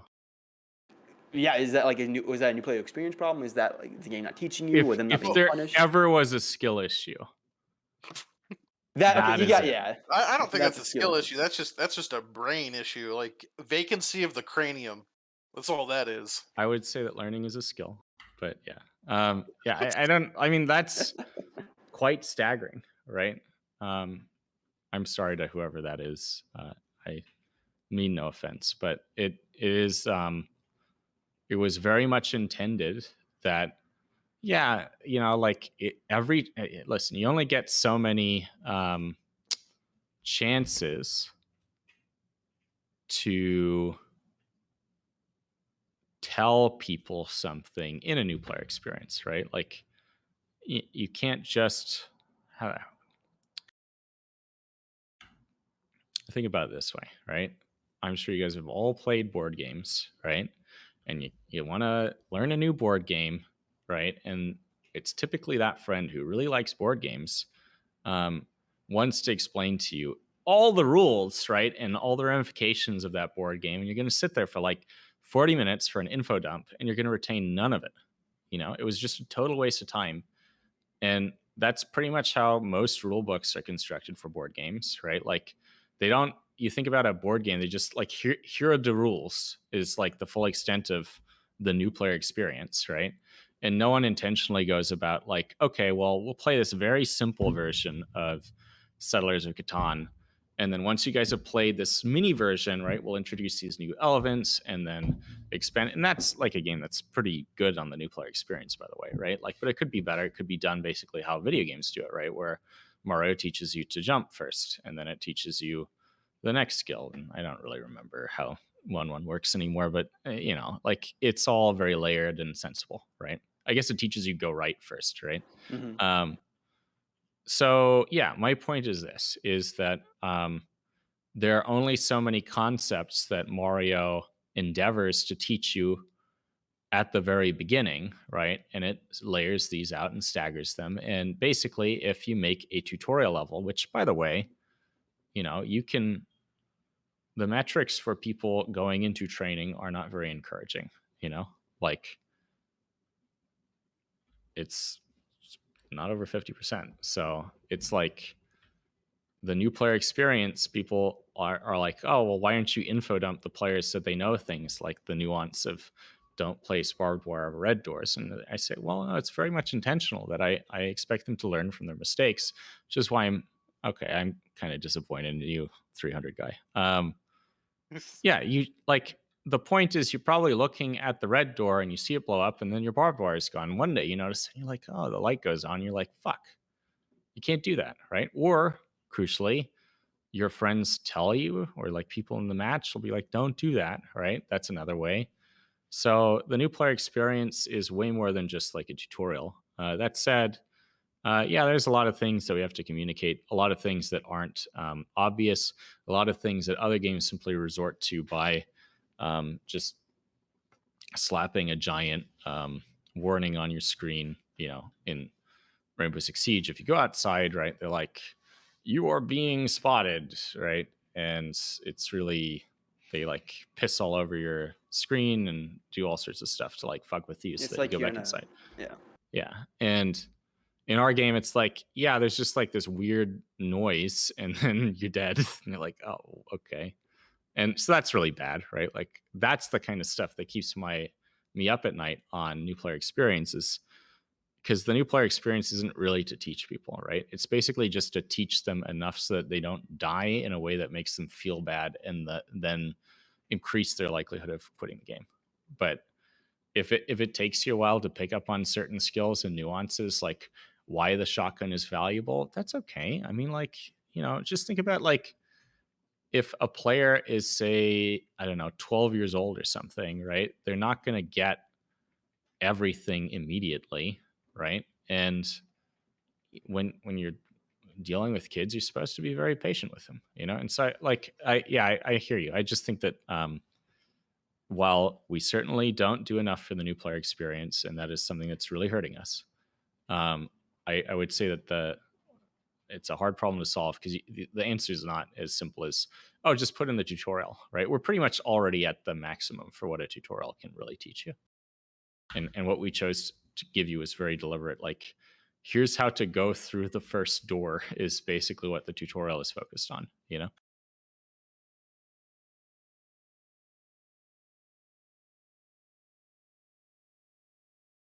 Did I Okay. lose you guys? Or No, I mean No, that I no, was like just no. yeah, I'm writing just things processing a down. lot of I see. information. I'm just processing a lot of The info. donut is If you call me in slow, I swear to awe. God, zombie. I was gonna call you slow. I just said you were in awe. Yeah, yeah. Your ability, donut. You could do math really well, but It's the one thing. in life, you're a guy who barbs red doors. I don't even want to hear it. Damn, called out. Hey, Yeah. dude, you Yeah, I can am. do a It feels called tactical out. red door barb. It might be the Oh yeah, perfect choke point for yeah. But you kick it. for an But that's eco, where you right? kick the red door. You kick it and then you barb it. That's the Ah, big brain play. Yeah, yeah. Now, speaking of this sort of map conversation, um, and I know this is kind of probably not the right way to ask this, but um, with your discussion on what you want the game to feel like, is there a particular tile set or map um, that you feel is the closest of all the others that portrays that style of gameplay? And I understand there's a lot more nuances that go into that, but is it like I'm trying to think from a player perspective, like what could help me understand that? Is it like a C store yeah, I would or? say that the Seaster is probably the most reflective of our SWAT fantasy, right? Mhm. Um, I the Seaster really has a bad problem right now, which we're working on solving, which is that if it's in the map rotation, then people will just save the wall charge for it because it's just so good to wall charge the shutters. Well, Oh, there's one way to do that is not have a storefront bomb. Oh my God. If we want to go into storefront bomb, we can go into storefront. yeah. Let At me least let my me feelings tell about you that. why I think that's bad. Um, I think that the purpose of the bomb is to set up the most interesting final firefight. Like in the Boondock Saints when who's in the Boondock Saints of all this? No, Willem Dafoe. He goes, there was a firefight, right? Like, you want that level of drama and reverence for what happened. And that's not going to happen if you just shove it in the back room. Most of those gunfights that happen in like a tight storage or whatever with a bomb, which, by the way, like, how the fuck do they even get the bomb through the door? Anyway, my point is, it they just suck. Like, it really just amounts to a lot of wall banging, and there's just not a lot of drama in the last fight, and I think that is gross and lame. However, I really do like the gunfights that come out of Storefront Bomb when people don't just, obviously just rush it. So, what I mean by that is, it's like what we're trying to focus on is, you want to take these back rooms covering the bomb so that you can gain line of sight onto the enemy positions that would be covering the bomb, right? Or you can flank them and move onto them and capture them that way. And I basically want like it to be a real big problem of how do we solve the gaining, because it's like a territory game, right? Like you want to deny enough real estate to the enemy that their position is either totally predictable, um, and thus can be covered, or totally ineffective. And, that is to say, it's like you have secured bomb site, and the only way to it is through the bathroom door, and you're diffusing, and someone just covers the door for you, right? Like, that's all good. Like, I really like that stuff. We just have to solve the rush. That's just a different problem. If you just put it in a back room, then what I noticed is people just kind of like, okay, what's the shortest route to get to the bomb? Because that's all they're doing with the storefront rush. Is like, what's the shortest way to get there? What's the least complicated? Like, what can we like not fuck up, right? That's why they do it. So we want to make that challenge way more challenging, make you think through it and be like, well, if we can hold this, it's like we want the fucking shutter button to matter, right? It's like, oh yeah, we want eco so that we could wall charge into this, and that gives us like an L-shaped angle on bomb site. And we also opened up the, what produces the L is we open up the shutters, and now this guy's shooting into freezer with a saber and like all that good stuff happening, right? Like, and that all just goes out the window if you just put the bomb in the back room. Like, it's just like, just go to the room, just throw flashbangs until you win, or everyone's dead. So that's why I don't like this. Yeah, got it. Now, speaking of tile sets, along with customization, I think we've kind of unfortunately glossed over it. We've also had the release of Bank, and I know Donut has been dying to ask stuff about Bank. Go for That's one thing he couldn't stop talking about before the podcast, actually. Oh, hush. So, I mean, there's a lot of things we can walk through Bank, and I think one of the big thing is that, like, what's the intent behind it? What's the design process behind it? Why'd you guys choose a bank, That's a What do you great want question. this to fulfill in due process, Like, what's the Was meaning it behind Heat? everything? Yeah. Obviously, when we said we're doing the bank, where all the heat memes came, and we wanted to have like a bunch of heat came up. It's how do I put this? The design process is a great question because what produced the dome was basically we had this background scene that I thought didn't work for the kill house. I really didn't like it. And I wanted the kill house to actually take advantage of something quite specific. And like basically, I don't know what you guys thought of the winter update, but I remember a lot of Snow Goes Crunch and people really liked the kill house, right? I'm sorry, the winter kill house, right? Yeah, I liked it at least. Yeah, and what I think is really cool about the outdoor kill house is it's one of the few levels that we can have where it's like, well, if we have the mechanism of don't go outside, because if we don't have it, then it's like find now an oblique way to camp the truck, right? Then like you really just can't have any outside levels. That kind of sucks, right? Now I know that it's like a game about room clearing, all that kind of stuff, but it's fun to see the sky and be outside. And it's like people like walking around and say the background scene of even the C store and then looking up and they're like, "Whoa, that's really cool, man!" Right? And like I wanted to have a gunfight actually happen outside and crucially be lit by the sun, because otherwise it's like always this like nighttime game. Um, and yeah, so we put the kill house in its present location to fulfill that mission. And I really like the results. It means that whenever we do like holiday events and that kind of stuff, there's obvious ways that we could change the kill house to do cool, mood changes that are kind of like low cost in terms of production, right? Which is awesome. But it's mostly just because, like, I think that the iconic Halo map is Blood Gulch, and the key to Blood Gulch is it's outside. No Blood Gulch if you just put it's in a rock dome, right? People are like, I don't like Blood Gulch anymore, right? Like, it's idyllic. There's like green grass and there's something about that juxtaposition of the violence with the like idyllic landscape that works. And that's what I wanted to see come out of the kill house. So that meant we had like, what do we do with this massive background scene we spent all this time on? And Killdome basically was, well, okay, let's make it the death game show that it was supposed to be. But let's actually make it feel like a game show and not like a junkyard got put inside a stadium. And um, now that led to some decisions that I think are still unpopular. But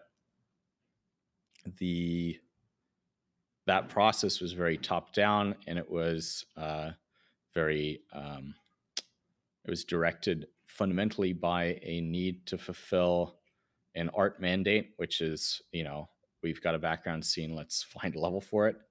And I think what that produced in the end was a level that has a lot of virtues that I really like. But that process was totally ass backward and not how I want to make a game, right? Like, I think you should start with design first and not find the design that comes out of art, because there's like a lot of, sacrifices that have to be made to make something that's coherent and works in all parameters.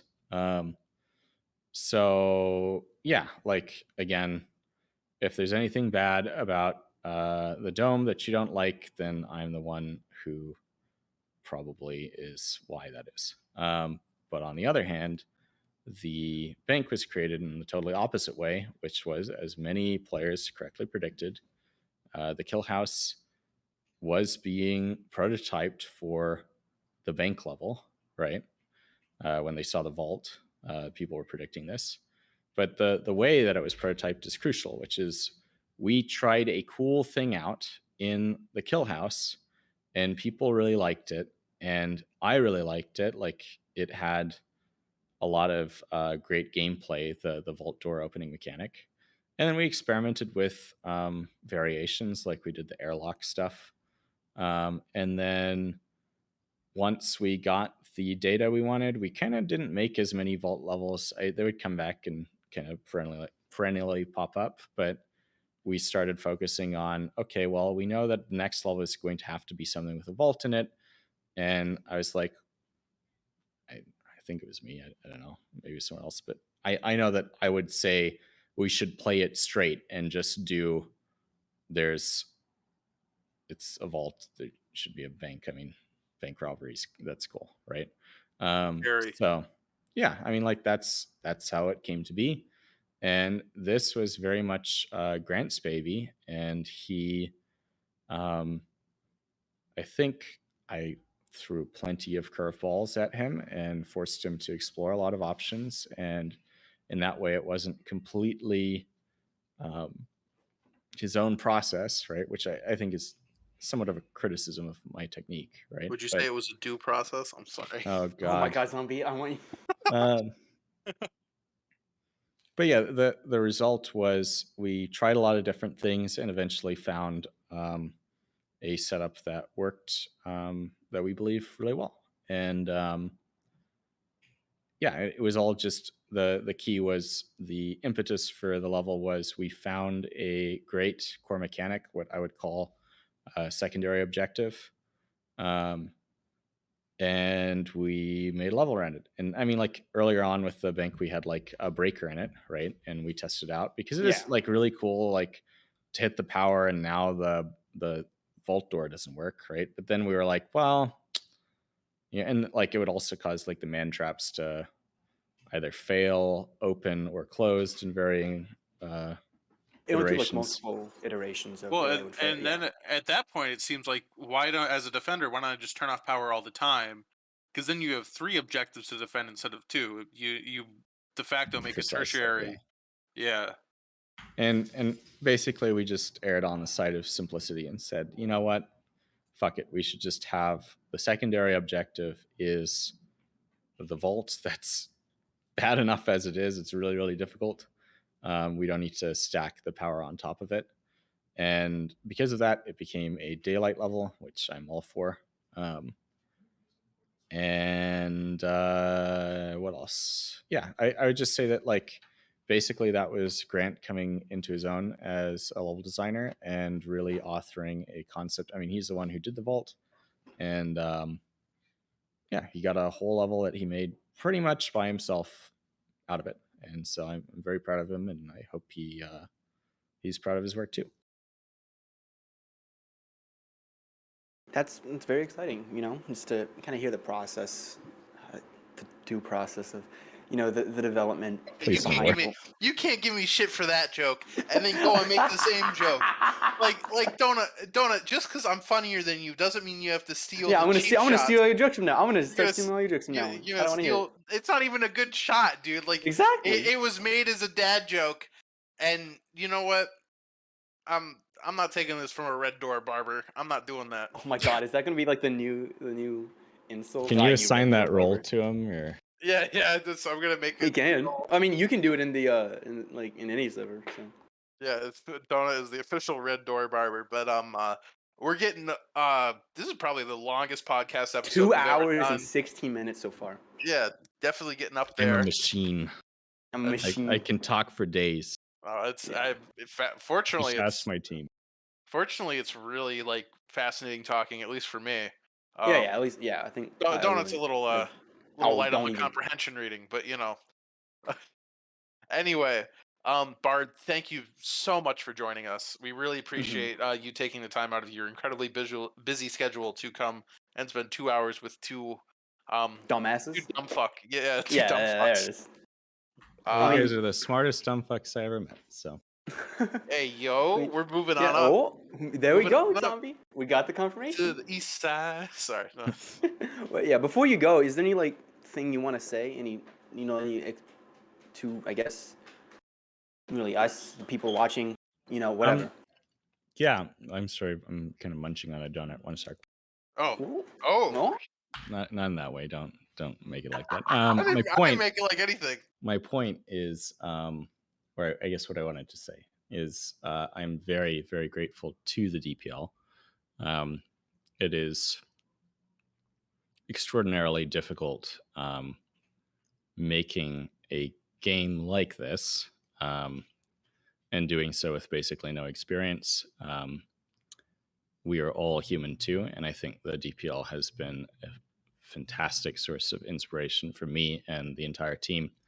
It really keeps us going because it does show that people, in spite of the struggle that this game has been, some people really, really give a shit about it, and that's a great sign. And I don't think that if the DPL didn't exist, I think we would have just been done by now. So yeah, I'm just really profoundly grateful to you guys, and I really enjoy watching the games. And I'm sorry that I'm not always able to watch all of them, but yeah, I just thank you.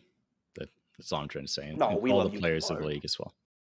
So yeah, and I'd be happy to hop on some other time and talk for 2 more hours. So Hey, gladly. We'll have to do this some other time. Maybe next big update. Yeah, see you in 9 months. Really.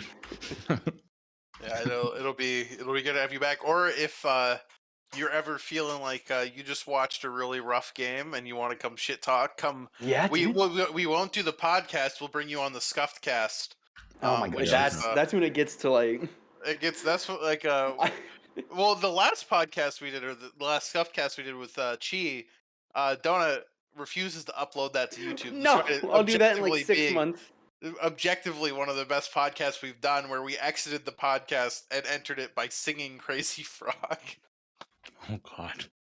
Yeah, So exactly. We put on a boom if professional. you're ever evaluation. down for some dumb fuck shenanigans, we are here. I'll let you know. Okay, guys. Well, very nice talking to you. Thanks for having me Yeah. on. Thank you for course. coming. Really on. appreciate all the insightful questions as well.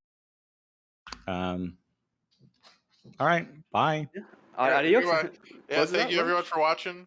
That's it. We're done. We're out of here. See you in 2 Peace. weeks when we have, I don't know, Shut up, Jesse Donut. We're done. on. Fuck you, zombie.